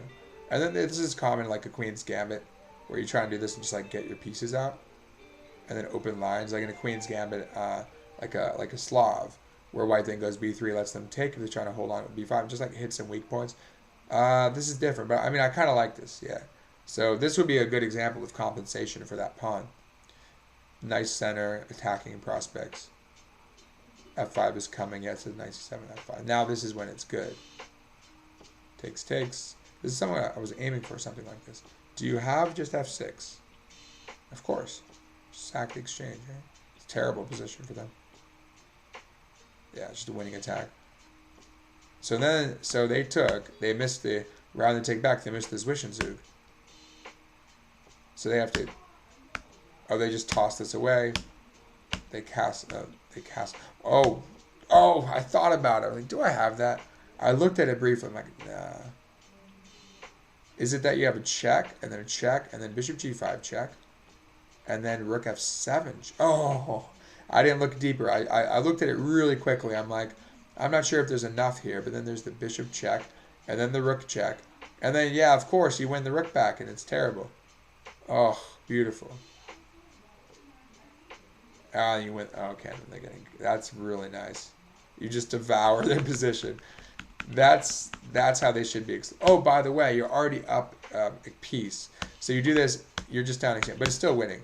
Okay, but now we have more work to do. And then where did I botch it? Oh no, it still works. How did I miss this? Didn't say how much time I had, but I should not have missed that. I thought about this stuff briefly. And there's that beautiful check. Do you check first? But what's... So basically you're giving up material, getting material back. And now you just have a much safer king, and their king is terrible. Yeah, just super exposed king. And so, is it equal material? They're up like what? They're up a pawn, but look at their position. And then you're just coming in. The knight doesn't have to do it. Like I said, he may not even be used. You might just invade with these three. This is bishop g5 check. And then that's losing the rook. So when you're using the computer, just kind of test it out, but always check the lines. Don't just go, oh, and I should go here, and they should go here. Be like, oh, that's interesting. This is the evaluation. Test it out, of course. Don't just buy into it. But this is obvious. I'm like, oh, I missed this move. So when you look at it, like, okay, I'm definitely buying the computer on that clearly tactical line.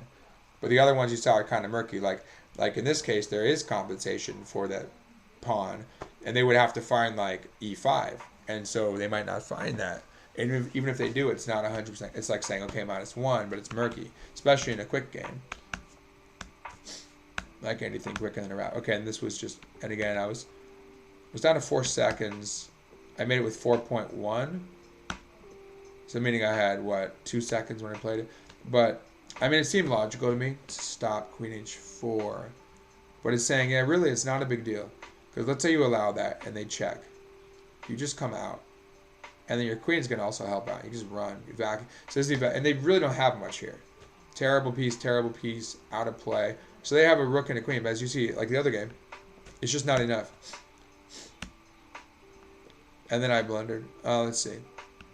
Yeah, you know, I was kind of making quick moves with not too much time, so I messed it up. Oh, rook e5. You go f6, right? Oh, well, you just take this because you're... Take. Oh, that's nice. That's nice. Because you try and lure the king out to get the discovery against the queen. And then what? So you still hang your bishop because if they take you... And now they can't go. So you defend through blocking. And then, so the king moves. And then you invade, and that's a hard line to see, especially quickly, but that's nice. It's a nice tactical line. So f6 doesn't work. But if they don't, okay, if they don't go f6, then what? Then rook f8. So always just be curious. It's all about curiosity. That's what helps you solve lines. So what if this? What if this? Leads you to logic. If then. Rook f2. I mean, this stuff is all kind of hard to calculate. But so it wants me to just, sack on f7, of course. Well, it's a blunder, but it still gives me +3. And then, okay. It wants this. Let's see, here. But really, just don't play here and get mated. But really, they're not threatening much. See, you have to understand, it's important to understand that these things are, it looks scary like in a dragon. I used to play the dragon a bunch, so I know that these things, they look scary. Like, for example, in a dragon, your fianchettoed bishop. You have the rook out of the way. They check on h7, just play king f8. You can even run out, but you just go king f8. They often can't do anything. Yeah, you can even go e6 and evacuate, or you just chill on f8. So, yeah, you can't read it. You can't overestimate their attack. That's why, and again, by being fearless, there's a lot of lessons from these games. So you have to be fearless and have faith in your ability to weather this storm. Because then you can get those positions where they will throw stuff at you, like Karpov would say, throw it at me, or Petrosian, and he's going to win. Just hold him off. Amazing game against Kasparov in a Queen's Gambit accepted, where he's playing black. Funny enough, I played the exact same line as Petrosian, not realizing it once. Just knowing the first few moves, it ended up being the same line for like 12 moves. This guy did this bishop f1 to g2 stuff.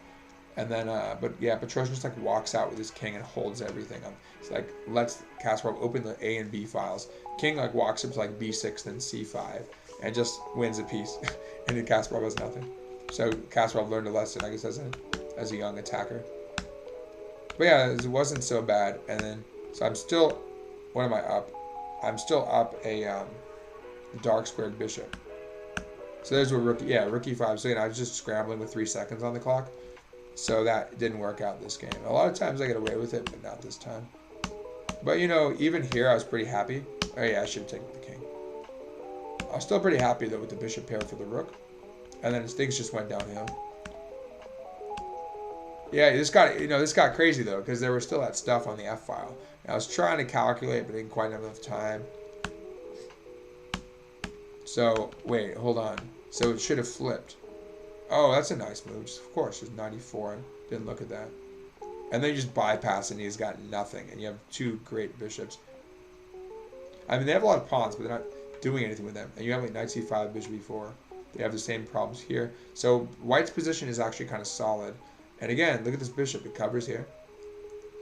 You could even do like king g2. No, you don't need that. But he's going to, let's say he doubles. He's not threatening anything. They're going to drop your rook, sit on h2. By that time, you're going to counterattack them. So what's, for example, king g8? Want to take c6? Okay. Look at the sample lines. This is not a human move, g5. I don't think so. What would a human do? Say they guard. Probably knight comes in. Yeah, just go to g5 so you keep the c-file pressure. The knight's just trying to hang on to everything, but they're under a ton of pressure here. Yeah, beautiful. Keep the heat up. And then you get a... Wait, what is this? Is it fork and then king... Fork and then king g2? Huh? So it's a fork, but they don't get f8 and lose that. Well, that's like over immediately, right? One of those positions where you just take everything, like before. But then you're threatening. Well, win the queen. You're gonna win the queen, or the knight. Something bad's gonna happen to them. Okay. So now you want to take, but you can't take. So this is pinned, but the G pawn's pinned. So you just chase the queen away. Let's see, where does she go? So she goes. Then it's leading to mate breaking through. So they have to counterattack. I just sack the queen because you're gonna get like a desperado kind of thing, and then you win the knight, and you end up, and you still end up the piece up that you originally had, except now it's just 2 pawns down, and it's not bad at all. And then you go ahead and hang this pawn because their position is, you have enough attack. Where's the win though? It's tricky. The idea is rook e6. Okay, so that's the point. So you obviously don't check and let them up. Actually, you might have a mate that way, but I think the idea is rook e6 to check them, and then you still try to mate them by going here. Yeah, it's just a mate idea, very strong mating idea, and you have and everything. This is gonna, well, really don't worry about this too much. It's kind of like in the other games with the passed pawn. It's coming first. Let's say king g8, bishop somewhere. Oh, rook takes to get the bishop in. Rook a3, pinning it, of course, here. Yeah, it's just locked in. Light squares are great. Lots of control with the bishop on the light squares and the rook. And you pass pawn and mating ideas. Yeah, it's just pass pawn. It's too fast. What do? Just keep going. Cut him off. Probably just wins easily. And you can actually make that mating threat again. Yeah, that's game. You have to give it the rook. So, yeah, great games. That was fun to get back into it, and hopefully within a week or two I could do another one.